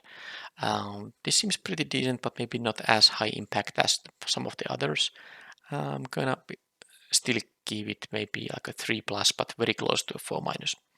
A Grizzly Goal is a 4 mana 4/3 Trampler, black green. Enters the battlefield with a +1/+1 counter on it for each creature that died that turn. And that includes decayed zombies, of course. You have 2 of those, you attack with them. Either the opponent blocks them or doesn't, they will die anyway, and these will be a lot bigger. I mean, the baseline is a 4/3 Trampler for 4, which is like not exciting, but it's acceptable. And then this is easily, I mean, all this requires is that you attack with your 3-drop. Opponent blocks it, maybe with their 2-drop. They think they get good value, and this enters as a 6/5 for 4, which tramples. That's great. I'm gonna say it's a 4-. Hungry for More, 2 mana sorcery, create vampire, haste, trample, lifelink that dies at the end of turn, and then it has a 3 mana flashback. It seems like maybe a constructed card more than a limited card, but if you have a very aggressive deck, this will kind of present 6 damage with 1 card, and also you gain life there, which will be relevant in race situations. I don't think I'm that excited to run this, but a specific deck which is very aggressive and black-red should be, maybe uses this, could use this as a kind of a finisher kind of card. You don't have to, of course, save this to late game. You can use it on turn 2 if that's all you can do, but ideally you will play a 2-drop that sticks around. But yeah, this can be also a very bad card if you are anyhow defensive or have ways to win in the late game with your big creatures perhaps. So it's gonna depend on the deck. It's gonna be unplayable in some decks, but it can be like maybe a 3 in some aggressive decks. Join the Dance is a green-white sorcery which creates 2 white, 1/1 white tokens, and then it has a 5 mana flashback. So 2 mana for 2 tokens is definitely fine, and the flashback giving you some additional value later on. Yeah, I like it. I like it a lot, but maybe not. Okay, I'm gonna still give it a 3+ because a turn 5 2/1 is not gonna be that significant. It's still relevant, but it's not that amazing to use 5 mana on that. So it's gonna be a 3+. Keswick and Naturalist is a 2 mana 2/2 red-green card, werewolf. When it attacks, you get to add green or red mana, which doesn't, disappear from your mana pool that turn. So you can, well, basically it's mana producer. You can accelerate. You play this on turn 2, you attack on turn 3, and then post-combat you can play a 4 mana card, assuming you had a 3rd land drop. Well, the werewolf side is a 3/3, and it's gonna pump your other wolves and werewolf. It's a lord actually, +1/+1 to all of those, and the same mana producing abilities here. So it's a pretty good set of abilities for a 2 mana 2/2, which is the baseline. So I'm gonna give it a 4-. Rite of Oblivion is a white sorcery 2 mana, white-black sorcery. Additional cost, sacrifice a non-land permanent. Okay, it doesn't have to be a creature, but I would assume it's mostly gonna be in this set. Exile target non-land permanent, and then it has a flashback of 4 mana. And of course the flashback does require the additional cost as well. Well, I mean, especially if you have some decayed zombies or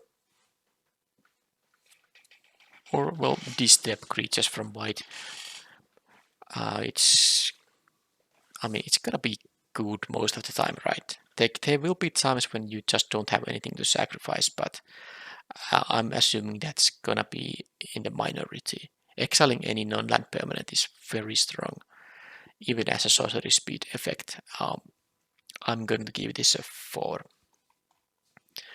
A Root Coil Creeper is a blue-green 2/2, add 1 mana of any color by just tapping, and then it can also tap for 2 mana of any color, but then it can only be used to cast spells from your graveyard.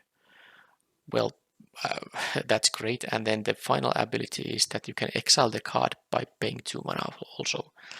Return target card with flashback you own from exile to your hand, so you get to completely reuse a flashback spell you already used twice. That sounds very good. So very good mana accelerator early in the game and even later in the game, because it adds 2 mana for your flashback spells and disturb spells, of course. And then at some point you might want to bring back a flashback spell. Yeah, this is good value. It's gonna be a 4-. Sacred Fire is a mini lightning helix. So green, red and white for instant speed, 2 damage to any target while you gain 2 life. But the catch is this thing has flashback at 6 mana, making this a pretty good card. It's a 4/5. Storm Skrillex is a 5 mana 2/4 flyer. Makes your instant and sorceries cheaper, and then when you cast those things, this gets +2/+0. Well, you wouldn't play a 5 mana 2/4 flyer, so you have to have those instant and sorceries, but I guess the blue-red archetype in this format kinda is that, so focused on that quite a bit. So I'm gonna give this a 4- because this will act as a 4/4 flyer quite often, and of course this can get the boost multiple times per turn. So yeah, 4/5. Assuming you have instant and sorceries enough, like at least 7, ideally more, and some of them should have flashback. Sunrise Cavalier is a red and white 3 mana 3/3 with trample and haste. Wow, that's already great, and it makes a day if it's not a day and night already, and when the day-night cycle happens, this gives a counter on any creature you control. Oh man, even itself, if you want to. Yeah, this is very good. I'm gonna say this is a 4/5. It's such a good and efficient card. Unnatural Moonrise is a green-red sorcery, so 2 mana sorcery. It becomes night. Is this the only card that makes it a night? Anyway, until end of turn, target creature gets +1/+0 and gains trample. And what's this? Whenever this creature deals combat damage to a player, draw a card. It's a sorcery though. Well, it does give trample, so it should be easy to deal damage to a player if you target a big enough creature. Well, it has flashback, of course. That is the relevant part, because this wouldn't be good otherwise. But this is a way to flip your werewolves without doing any, shenanigans, and it happens immediately. So that's the point of the card. If you have like multiple werewolves and it's night and it's day, you can just suddenly make them into the better version, and well, also get to draw a card ideally, and then you can do it again at some later point. So definitely this card's usefulness depends on the amount of werewolves, but of course if you're playing red and green, you are going to have those quite a bit. So I'm gonna give it a maybe like a 3+4- range, depending on the exact number of werewolves you have.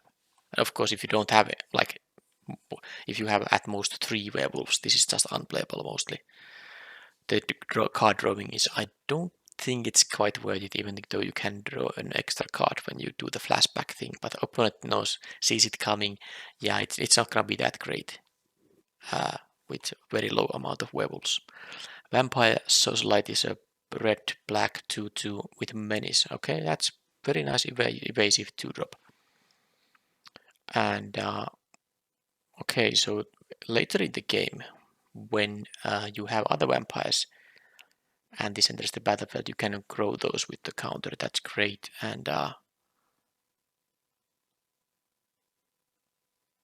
it works also the other way around. So not only when this enters the battlefield, but when this creature already is on the battlefield, if an opponent has lost life that turn, each other vampire you control enters the battlefield with an additional +1/+1 counter. So this is really good. And with this having menace, it's gonna be fairly easy to have the opponent lost life clause happen. Combine this with some removal, so if opponent leaves 2 blockers, just have some removal to get rid of the other one. Alright, I'm gonna give this a 4- perhaps. It's still a bit of a build around. Yeah, let's give it a 4-. A Winterthorn Blessing, green-blue sorcery, 2 mana.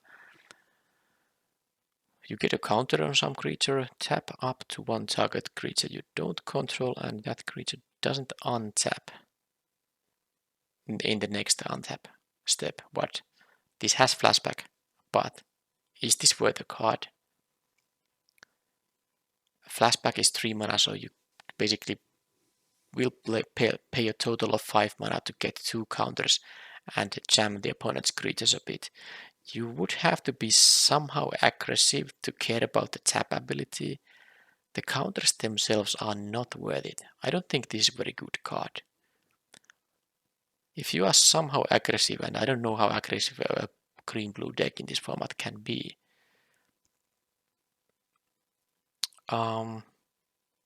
yeah, I don't think it's a good card. Let's give it like a starting from what 2- and into maybe it can be a 3- in some aggressive decks. And that was the last multicolored card. Then we get to artifacts, and this is a common because I'm going through common and uncommons at the same time for this group of cards. Crossroads Candle Guide is a 4 mana 3/4, and it exiles something when it enters the battlefield. Okay, it can bully the opponent a bit, and then it's very expensive. Well, it's not very expensive, but it's expensive mana fixing. So you can add 1 mana of any color by paying 2 generic mana. Well, I mean, a 4 mana 3/4 is not that bad. But I guess if you are splashing for some cheap cards, like cards that cost at most 3 mana, this works as a splash enabler. But it's a creature, so it can get removed, so you can't count on this. But you could play this in decks that splash some cards to have additional ways to enable the splash, but it's not a good card. I'm gonna give it I mean, you probably shouldn't play this in decks that don't splash for anything. It's like a 2, and then if you are having some splash cards, maybe it's like a 3-. Jack-o'-lantern, 1 mana artifact, which you can sacrifice to exile up to 1 target card from a graveyard. And it will draw a card, so you get the card back that way. And because it says up to 1, it means you don't have to have a target for this thing. If you just play this on turn 1 and want to cast it in on turn 2 and nothing is in the graveyard, you can do that if you want to. And then it's a 1-shot mana fixing when you exile it from your graveyard. But definitely you don't want to play a card that just... I mean, yeah, of course, the fact you can exile a card from the opponent's graveyard can sometimes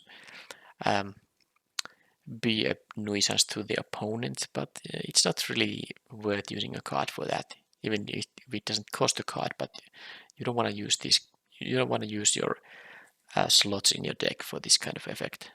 But if you are splashing, you get to have a one-time splash enabler. Yeah, I guess it could be played in a deck that splashes for like 2 cards. I don't know. It seems pretty bad though. I'm gonna say it's a 2 minus. And if you're splashing, fine, you can play it, but it's still not good. Moon Silver Key. So 2 mana artifact, and you can play 1 extra and tap it and sack it. Search for an artifact card with a mana ability or a basic land card. Alright, so well, it's a splash enabler. It's like Traveler's Amulet, although this costs 2 mana to play, but it's something you can do if you are splashing, because when you are splashing, you hate to, well, hate is maybe a bit strong, but you don't want to play multiple basic lands in your deck that are not your main colors, which usually are 2 different colors. But if you are splashing for like 2 or 3 some extremely good cards, you would need to have like 3 to 4 mana sources for them at least. So you will have to play some number of basic lands. But these kind of effects, of course, help there. You can ideally you play only 1 basic land, and the other ways to get the splash color is ways to get the basic land, or just tap for that color in some other way. But the point is that the Moonsliver Key is not playable card unless you are splashing, and when you are splashing, this is, I think, like a 3 out of 5, otherwise unplayable card. A Mystic Skull, 2 mana. Okay, this is again the kind of, well, it adds mana, but it costs mana, so you can, how does it, is it like a washing mana? I guess it's washing mana. So 1 generic adds any color. So yeah, it does work with your splashes. That would be horribly unplayable normally, but this has a transform ability, and it becomes a 5/6 creature, and it also gives your lands the ability to tap for any color, which probably at the point when you are transforming this won't be that relevant anymore. But the point is, how good is this card? I don't like it. You can think of it like a 5 mana 5/6 that you have to also pay 2 mana at an earlier stage. Yeah, I don't think it's a good card. It's, I suppose, playable, but I wouldn't play this in any deck that doesn't splash. So it's just not worth running this kind of a 5/6. You can play one of the good 5-drop commons that doesn't require this kind of complicated multi-stage playing. But if you have a splash, you can play this to enable your splash, and the moment you draw the basic land or other mana source for your splash color, you can transform. Because even, of course, if you transform, you still are able to add mana for your splash color, but if the opponent removes this, then that's it. So you probably don't want to transform it until you have found the splash until you have either used the splash cards or have found other mana source for them. So this is gonna be, what did I say? Did I say anything yet? I'm gonna keep it like a unplayable if you are not splashing, and maybe like a 3 minus if you are splashing. Silver Bolt. Okay, artifact removal. This is actually one of the better ones of these effects, because yeah, you have to first pay 1 mana, but it's not that hard to find 1 mana on some turn, hanging there, which you can just use to play the Silver Bolt, and then you can deal 3 damage to a creature by only paying 3 extra mana. And if it's a werewolf, it dies. It gets destroyed outright.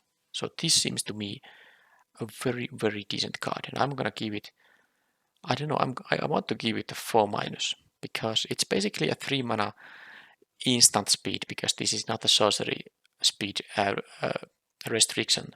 It doesn't have that. So it's kind of a 3 mana instant speed removal that the opponent of course sees coming, and you have to pay 1 mana before that. But still, this is at least a 3+, and I want to give it a 4- maybe. It's also very good against werewolves. And then Stuffed Bear, 2 mana artifact, and you does nothing until you pay 2 mana to make it into a 4/4 bear artifact creature token until end of turn. I don't think you want to waste 2 mana on this thing, so it's in my opinion unplayable card. It's a 1 out of 5. Evolving Wilds with another nice piece of art. Well, mana fixing very important unless you somehow are monocolored deck. You want to pick Evolving Wilds high, and I'm gonna say it is a 3+. Field of Ruin, probably not playable in limited. There won't be a lot of basic non-basic lands there. There are no creature lands or anything like that. Well, there's the 1 mythic land, but yeah, I'm gonna say it's unplayable. 1 out of 5. Then there are the planes there. Okay, these are, I think these are the last cards. These are nice basic lands. Let's see how we get them in arena. Probably by paying a lot. And then the final group of cards are rares and mythic rares for multicolored, colorless, and lands. Okay, the first one is, I need to drink a bit here. Okay, Angel of Fire Ignition. 3 mana sorcery, put 2 counters, +1/+1 counters on a creature. It gains what? Vigilance, Trample, Lifelink, Indestructible, and Haste until end of turn. And then it has a flashback of 4 mana.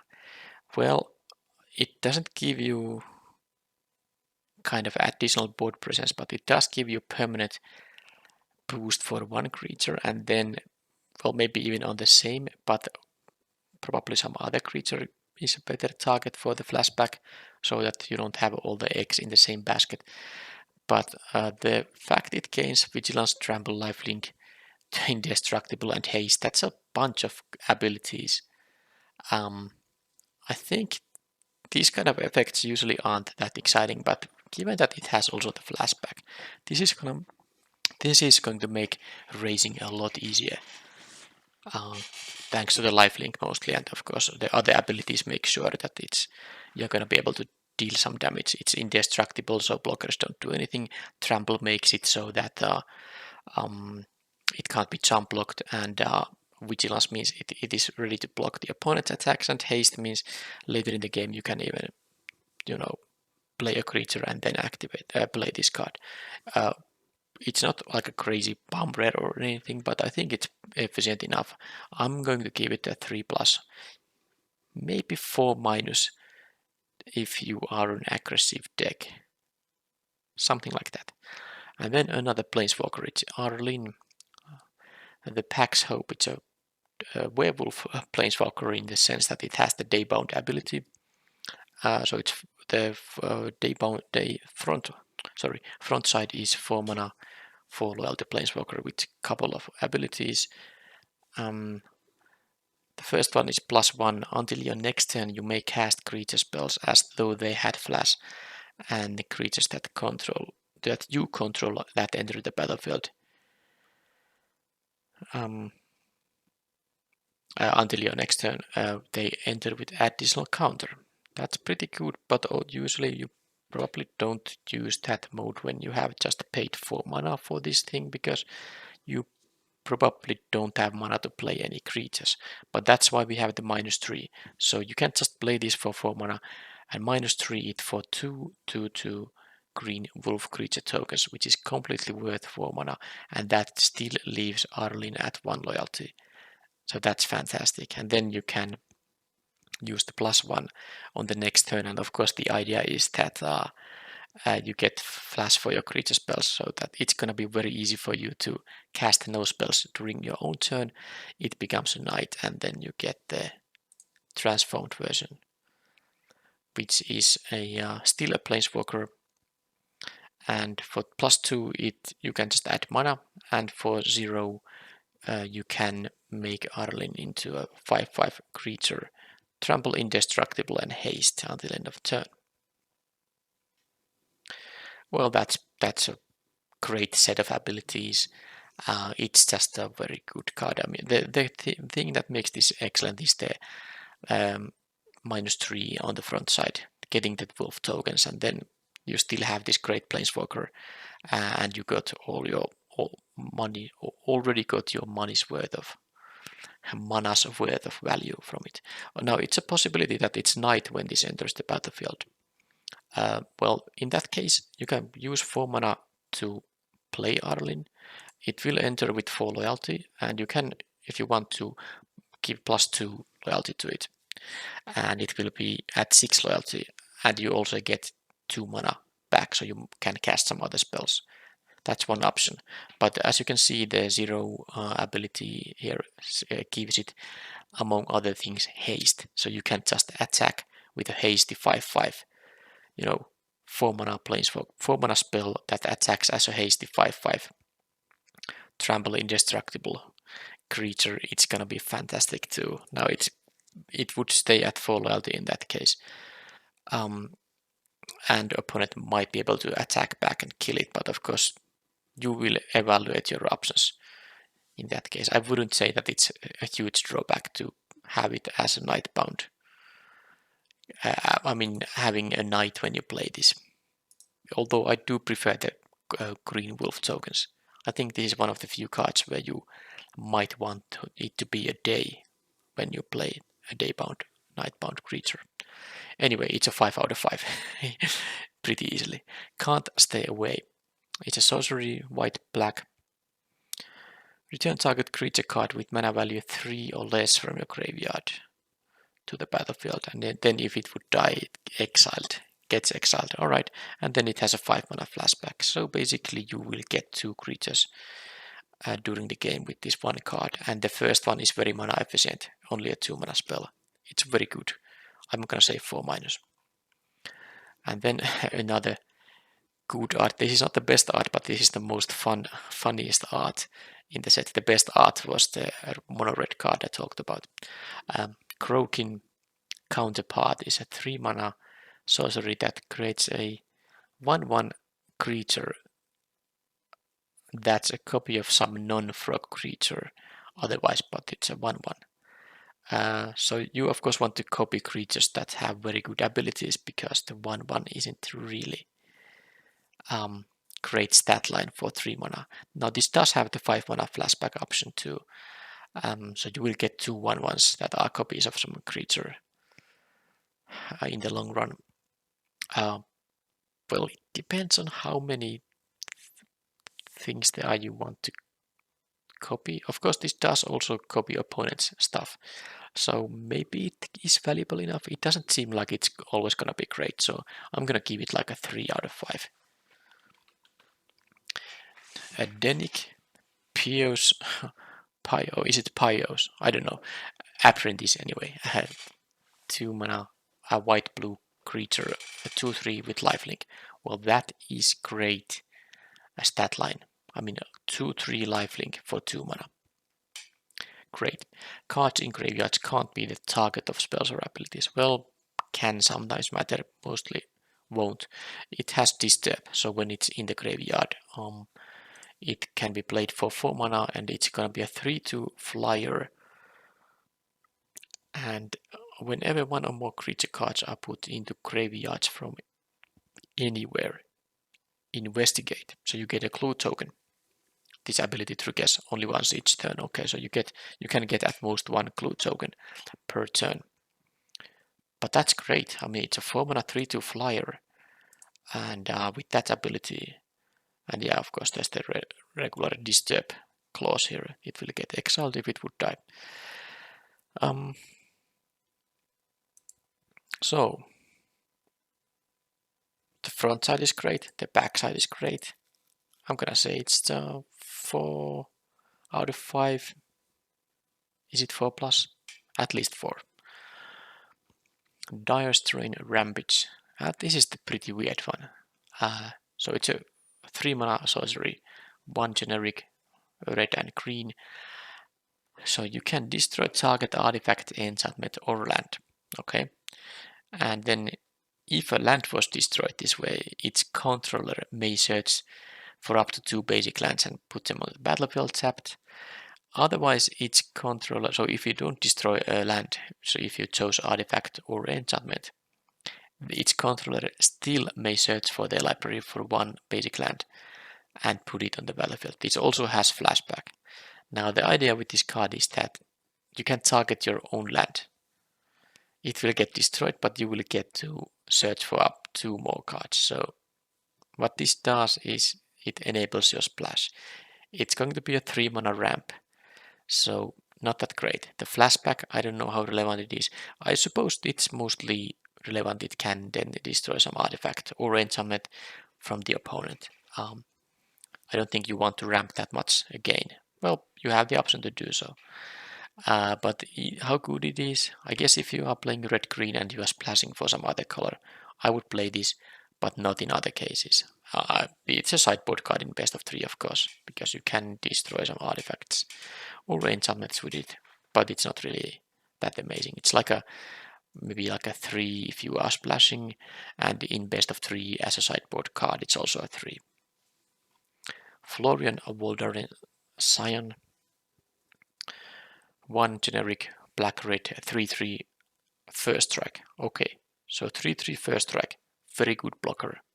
Of course, good attacker, but it's tough to attack into a 3-power first striker. At the beginning of your post-combat main phase, look at the top X cards of your library. X is the total amount of life your opponents lost this turn. So this is a post-combat main phase, so after you have attacked, obviously. Exile one of those cards and put the rest on the bottom of your library. You may play the exiled card. So, okay, that's a lot of text, but basically you can have a card with selection that you will be able to play that turn if your opponent lost some number of lives, some amount of life that turn. So that's of course great, given that this is already a 3 mana 3/3 first striker, and that can basically draw your cards, and even with selection. So it's a very good card. I'm gonna say it's a 4+. And then we get a Galvanic Iteration. 2 mana instant, blue-red. Copies your next instant or sorcery spell. Alright, and then it has a 3 mana flashback. So obviously a fantastic card if you have enough instant and sorceries, and it's unplayable otherwise. And if you have, like, I don't know, 5-6 other instant or sorceries you want to copy, it's going to be I would say easily at least a 4-, maybe even better. Gold Color's Harvest is black and green sorcery, 2 mana sorcery. It creates X to zombie tokens with Decayed, where X is half the number of creature cards in your graveyard rounded up. It has a 5 mana flashback.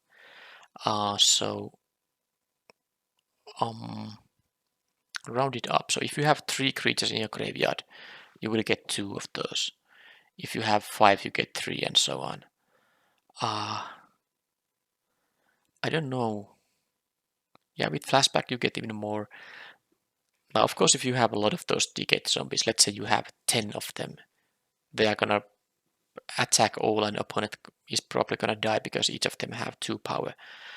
But I would like this card more when I have ways to benefit from those decayed zombies. Sacrifice, costs, or other ways to benefit from them. In that case, I think the card is pretty strong. It also requires playing a bunch of creatures in your deck, like at least 14, 15 or so. So the value can be anything from unplayable to up to like 4-, I think. Hallowed Respite is, or is it Respite? Okay, blue-white sorcery, 2 mana. Exile target non-legendary creature. Then it, comes back to battlefield. If it entered under your control, put a +1/+1 counter on it, otherwise tap it. It has also flashback. So what this thing does, in my if I understand the disturbed creatures correctly, because they say that if they would be put into graveyard from anywhere, exile it instead. So you can exile a disturbed creature, you know, with the backside, unless it's a legendary one, of course. And then you get the front side back again. And then, well, you even get a +1/+1 counter on it. And then if it dies, you can cast the disturbed creature again. So it can be okay. Of course, it's not really worth playing just to get some +1/+1 counters or to tap opponent's creature, even with the flashback. So you want to have some disturbed creatures. And if you do, this can be like a 3+ easily. This can be otherwise unplayable. Catilda Dawnheart Prime. 2 mana green-white creature, protection from werewolves. Alright. It's a 1/1 creature. Human creatures, which it also is itself, have at 1 mana of any of these creatures' colors. So this will tap for green or white.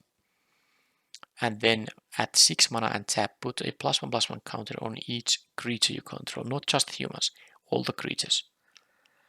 Well, as a 2 mana, as a 2-drop that can, you know, just add mana. So this is mana accelerating. And then you have the very, very strong ability at 6 mana. It's a really good card, I would say. And if you have more humans, which, you know, green and white easily can have, you can get very easily to the 6 mana to start adding counters on your creatures. And that can very quickly lead to a quick one game. It's not a sorcery speed activation, so you can always kind of wait until the opponent is gonna pass their turn, and then end of their turn you can give all your creatures +1/+1 by tapping a bunch of them to pay for the cost. Alright, so this card is very good. I'm gonna say it's 4 out of 5. Liesa Forgotten Archangel. So it's a total of 5 mana creature. It costs double white, 1 black, and 2 generic. It's a 4/5 flying lifelink, and at this point it doesn't matter what the other says. This is gonna be a 5/5. 5 out of 5, I mean, unless it has some drawback. Whenever another non-token creature you control dies, return that card to its owner's hand at the beginning of the next end step. Okay. And if a creature an opponent controls would die, exile it instead. So that's insane. So your creatures die, you get them back to your hand. And did I mention it is a 4/5 flying lifelink? Yeah. It's an insane card. It's a rare, not a mythic rare. I'm actually a bit sad about this because I'm gonna lose to this card and I'm gonna whine about it. Oh man, because it being a rare means it's gonna be fairly often present in the draft pods. Anyway, it's just a 5 out of 5. Amazing bomb rare. A Ludovic or Ludovich Necrogenius. 2 mana creature, blue and black, costing creature 2/3 when it enters the battlefield or attacks melee card, and then it has an activated ability which costs a lot of mana. Exile some creature cards. Okay, you get to transform this. Well, I mean, you read the text. You can also read it from here. That image is a bit out of focus. So has an expensive transform clause, and when you transform it, it's a 4/4 creature that is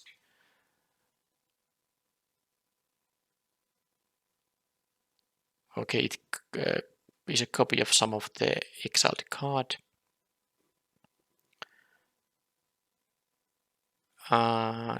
It's gonna always be a 4/4 as base line, and then it gets counters equal to the number of cards exiled with it. So let's see what is the cost. So the baseline is a 2 mana 2/3. That's always gonna be fine. And then you have to pay 4 mana and X, and of course the 4 is blue, blue, black, black, so not that easy. X creature card from your graveyard and transform. So yeah, basically, if you have if you use 6 mana on this, you're gonna get the 6/6. That's going to be a copy of ideally something with nice abilities, and so it's a 4/4 plus 2 counters in that case. So given that it's such a good stats as a baseline, it doesn't matter that it's a pretty clumsy way to transform it. I'm gonna give it still a 4 minus. Old stick fingers. Green, black, and X creature.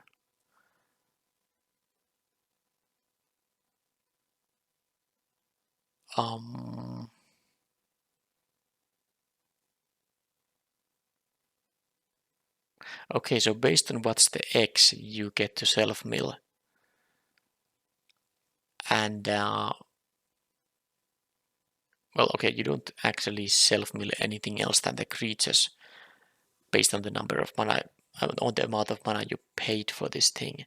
And then this has power and toughness equal to the number of creature cards in your graveyard. So you can't play this on turn 2, it will just die. You don't, unless you had a 1-drop that died. But anyway, so later in the game, you will have some number of creature cards in your graveyard.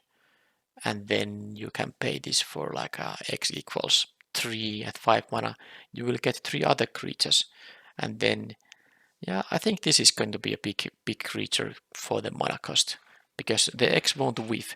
Because it says reveal card from your library until you reveal X creature cards. So no matter, if you say X equals 2, you will get 2 creature cards to your graveyard. And of course, that will be in addition to whatever there was already. So this will be a fairly big creature in the end. Of course, it will just be bigger and bigger the more creatures die during the game.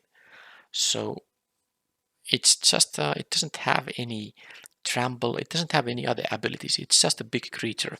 So it's not that exciting, but it's probably going to be very, big for its mana cost. So I don't know. Let's say 4 minus.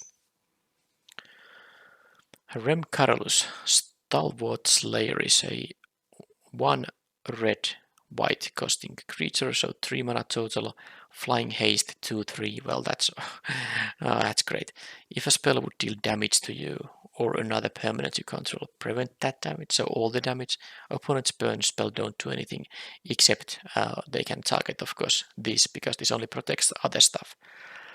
If a spell would deal damage to an opponent or a permanent an opponent controls, it deals that much damage +1. So your own burn spells, and I guess in multiplayer, when the opponents target each other, this affects those two.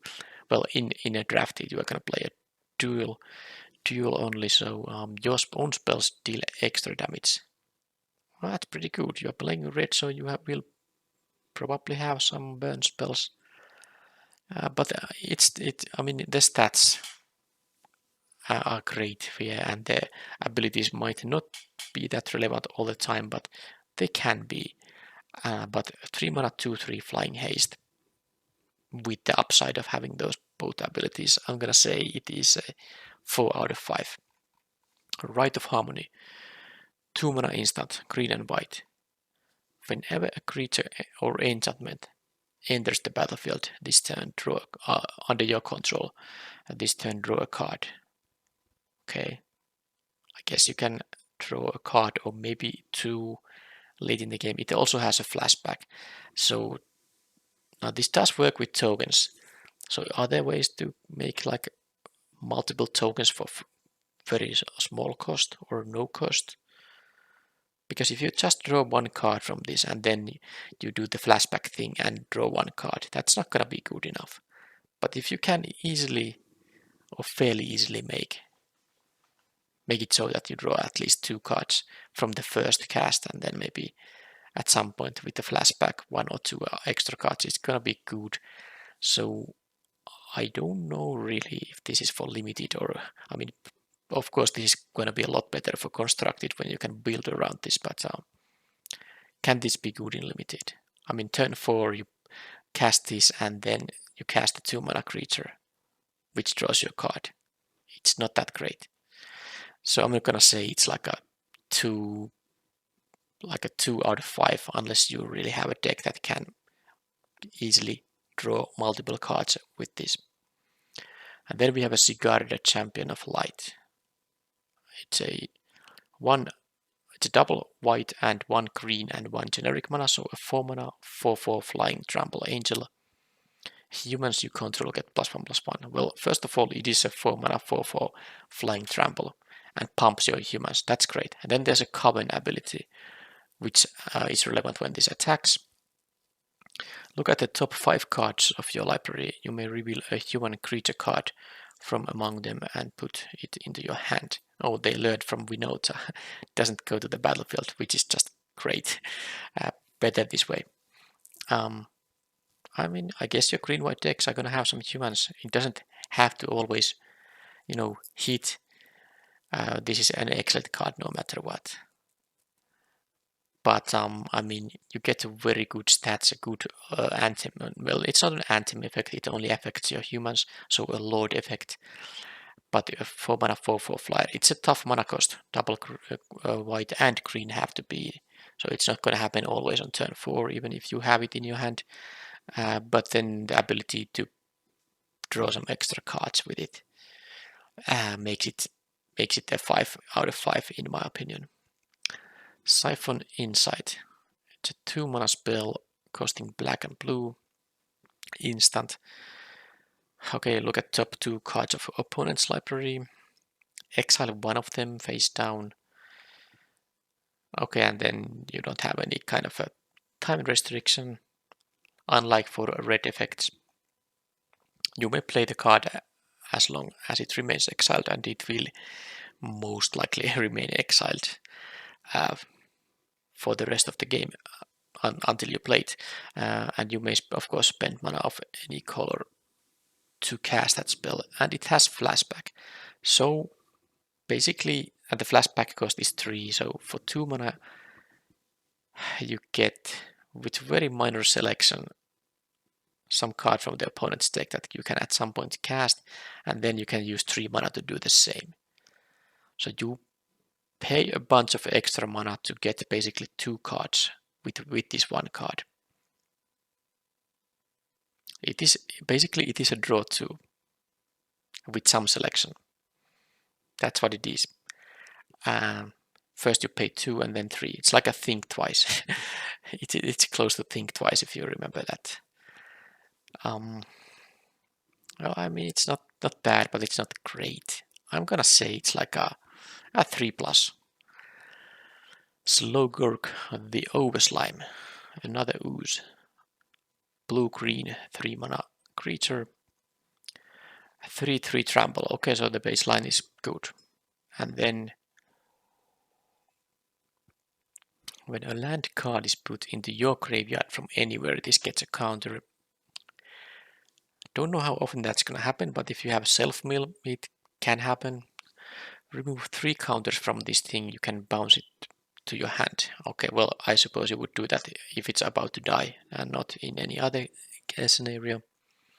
When it leaves the battlefield, return up to 3 target land cards from your graveyard to your hand. Well, okay, that's one reason to maybe bounce it, even if it's not about to die, if you really need the lands. Well, I mean, you have to combine this with some self-mill, but it is a 3 mana 3/3, so it's playable, but it's like a 3 out of 5 unless you have like a bunch of self-mill and you can make this grow bigger, in which case it's gonna be like a 4- probably. And then we have a Teferi who slows the sunset. Planeswalker, of course, 4 loyalty, blue and white, 4 mana cost. Planeswalker with 3 loyalty abilities, so choose. Okay, the +1 is basically, well, you gain 2 life at least, and of course it adds 1 loyalty to Teferi, so it would go to 5 if you do it on the turn you cast it. You can tap and untap stuff. Okay, I don't think it's what you want to do as the first thing because it doesn't give you a card. Well, sometimes you will still do it because you have some nice stuff you want to be tapping around tapping, but that's not the main idea. But -2 gives you a card. You get to choose one from top 3. Okay, that's good. And then if you really want to, you can do the -2 again on the next turn. But I think you might want to +1 in between to try to make the ferry survive for more than one turn. And the emblem is a -7, so that's like requires 3 times plussing up without the opponent being able to do anything about it. You get an emblem with untap all permanents you control during each opponent's untap step, and you draw a card during each opponent's draw step. Well, it is a nice emblem, but I would assume you get your cards more reliably by using the -2 rather than try to go to the -7. It is a good planeswalker, but I don't think this one is a bum planeswalker. You don't get any ways to defend. I mean, this Teferi doesn't have any way to defend itself, so you have to protect it with your own creatures. Unlike the, for example, the Wren and 7, which makes a 3-folk, which is going to be an amazing blocker for it. So I'm gonna give this a rating of like 4. Still, it is a planeswalker that will give you incremental value without any further mana investment if you get to protect it by just not, attacking with your creatures and just using your creatures to protect the fairy. You will win the long game with the combination of abilities it has. So it's gonna be a 4 out of 5, maybe a 4+, but not a 5 out of 5. Tovolar Dire Overwolf. So what? Dire Overlord. Overwolf. I guess it could be that too. So it's a legendary human werewolf, so that's for commander players, I suppose. Well, of course it's for every player, but I assume commander players have been desiring for this kind of a commander. So it's a 3 mana, so it's a red-green 3 mana 3/3 baseline with daybound and nightbound. So the front side says, whenever a wolf or werewolf you control deals combat damage to a player, draw a card. Well, it's a werewolf itself, so you will get to draw a card when it deals itself combat damage to a player, and then at the beginning of your upkeep, if you control 3 or more wolves and werewolves, it becomes night. And then transform any number of human werewolves you control. Yeah, I was actually thinking when I checked the spoiler, I was thinking maybe a bit too long that why do we have the last clause here? Because of course the werewolves in this set, Midnight Hunt, and when it becomes night, they will be forcibly transformed. They always will have been, night bound when it's night. So the backside will be happening. So the transform clause doesn't affect them at all because they already, were transformed. But this is of course just for the, the old werewolves. This is backwards compatible with the older werewolves, which is very relevant, for example, for commander. So just so you know, when it becomes night, all your Innistrad Midnight Hunt werewolves will already transform at that point. And then if you're playing some other format which with older werewolves, you can also choose to transform them. Now, what is the backside? So this is, of course, an extremely good card because it's a 3 mana 3/3 that draws a card when you deal damage to a player with it, and of course it also affects your other wolves and werewolves.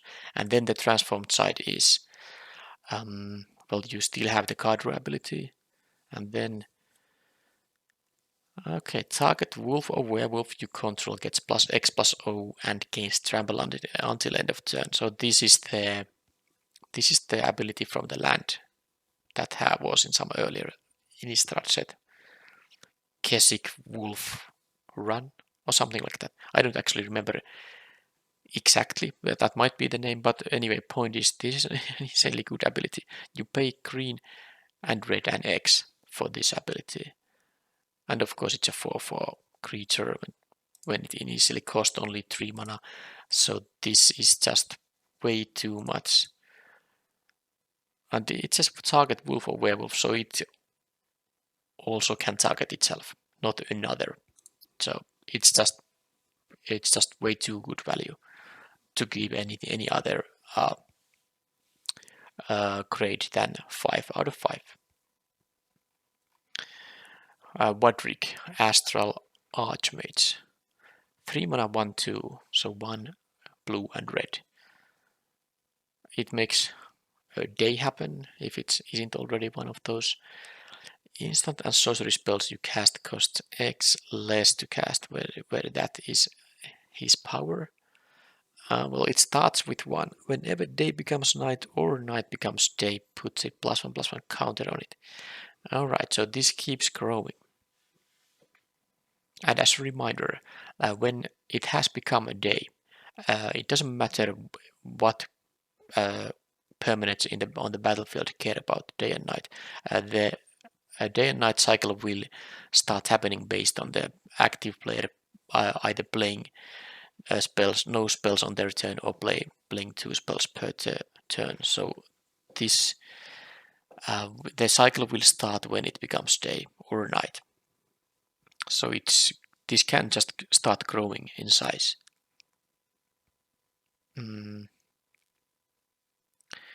Whenever the day-night cycle happens. So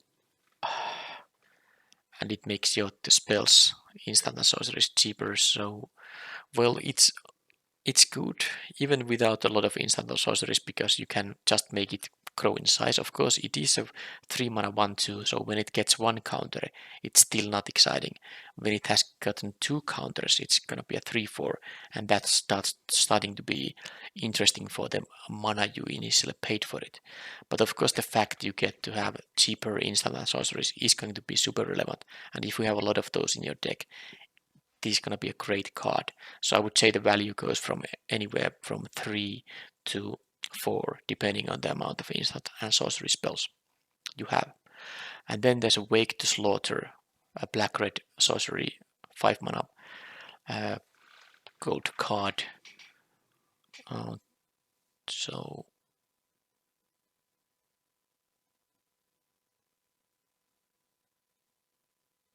okay, so you choose 2 creature cards in your graveyard, and opponent chooses one of them that goes to your hand. So they choose which goes to your hand, okay? And the other one goes to battlefield and it gains haste and it gets exiled. Okay, so you get at least 1 card permanently back, and then you get to deal some additional damage unless the opponent has good blockers. And then this thing has flashback. That seems pretty good to me. I mean, you probably are not gonna get anything too good back. But well, it depends on what, I mean, you choose the targets initially. Well,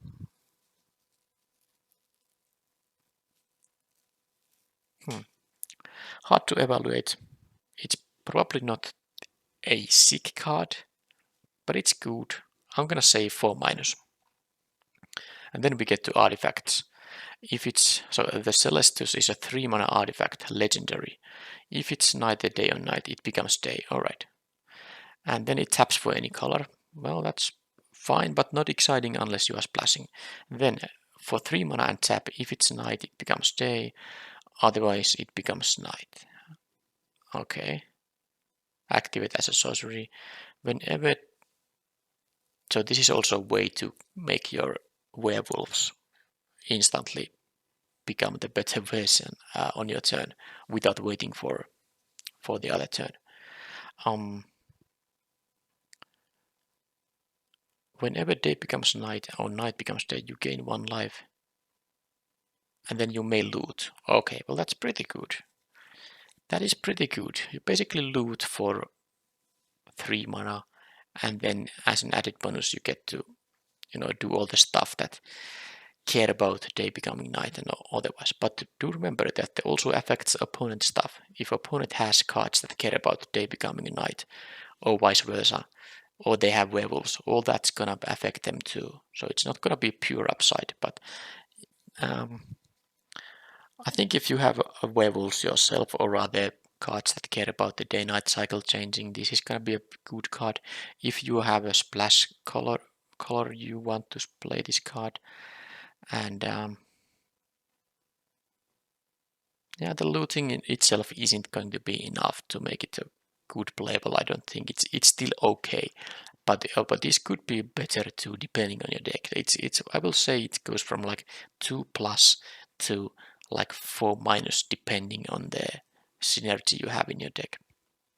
And then we have Pithing Needle. Well, we know what this is. It's an old card from, was it from Saviors from Kamigawa? Yeah, it says here Saviors from Kamigawa. It's limited unplayable, and I guess you could use this as a sideboard card in best of 3, but that's gonna be a very, very odd scenario, I think. Maybe if the opponent has like a Ren and 7, who knows? Maybe you wanna sideboard this in that case. But yeah, basically 1 out of 5 in most cases. And then we have the rare lands, and these are all the same. These dual lands, I mean, these are as good as Evolving Wilds. I mean, of course, a bit better even, but not as good that I would give them a better rating. It's still going to be a 3+. Always pick these fairly high when you know that it's going to help your colors. Either if you are a 2-color deck, or maybe you are splashing for some color, and then the land can help you there. So it's a 3+, and it's the same applies for all this stuff in here. Well, let's see, check where was I'll go back to the hostile. Yeah, okay, that's it. So the last card in this set review. And no, it wasn't a short one.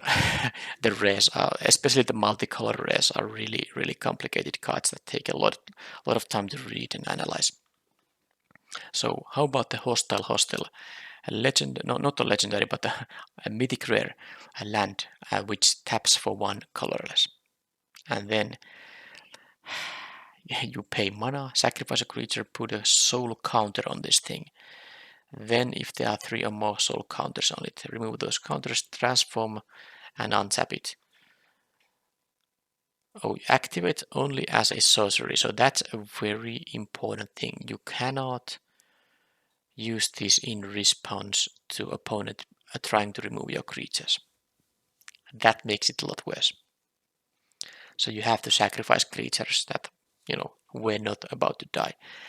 And you can't even, you can't even attack with a decayed zombie and then use it after they deal damage, but before they get sacrificed.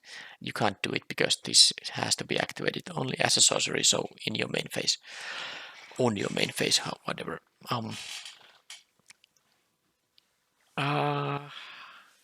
Well, if you have a lot of decayed zombies, maybe, yeah, but let's see the back side here. So it becomes an artifact creature, horror construct, creeping in, nice picture. Whenever this thing attacks, it's a 3/7, by the way. You may exile a creature card from your graveyard, so you can't bully the opponent. If you do, each opponent loses X life, and you gain X life, where X is the number of creature cards exiled with this thing. Then you can phase it out. So I guess if the opponent is like gang blocking this to try to kill it, you can phase it out so that you get the attack trigger, but this won't die. Thing is, this is very slow. First it makes them lose 1 life, then 2, and so on. That's gonna take a lot of time. Now the thing is, it's just a land, so it doesn't cost a spell slot from your deck, but it is a land that produces colorless mana, and that is an actual cost.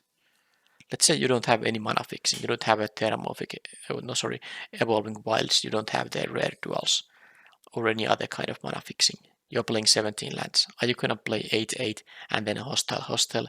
How about if you have some double caster 4-drops or 3-drops for one of your colors? I really don't like to add lands that produce colorless mana. Unless my mana is otherwise very good. I don't think the payoff is just not there. I don't see it. It's too slow. It requires sacrificing multiple creatures as a sorcery speed. And the 3/7 creature is not even that big. I mean, 7 toughness is a lot, but 3 power is not. And this attack up trigger is very slow to get going. even the phasing out costs 4 mana, so this is really seems like a casual jank to me. It's not even that great in limited. I'm gonna give this like a, I mean, if you are, let's say, a monocolored deck, well, this is automatic inclusion and high peak in that case. And if you are a 2-color deck that is like very light on the other color, you can play, let's say, 11 swamps and I don't know, 5 planes if you have only like a few white cards, and then you can play hostile. There are those scenarios where this doesn't hurt you too much, but in any regular case where you have a 2-color deck, you have a 9/8 mana, maybe you have a little bit of mana fixing. I wouldn't replace a basic land with this land that only adds colorless mana, because the payoff is just, I don't see it. It's too clumsy, too slow, too ineffective. So I'm gonna give this a, I mean, like a rating of 2 out of 5. And that's it. I'm not gonna talk anymore in this video. This is already too long. I will make some other, like I talked earlier, I will make a video. Well, I just said I won't be talking anymore, but anymore about these cards. I will make a video about maybe the color combinations and what I think that the archetypes in the format are before drafting it at all. It will publish tomorrow on my channel. So thank you for watching if you made it all the way here, and I will see you in the next video. Bye bye.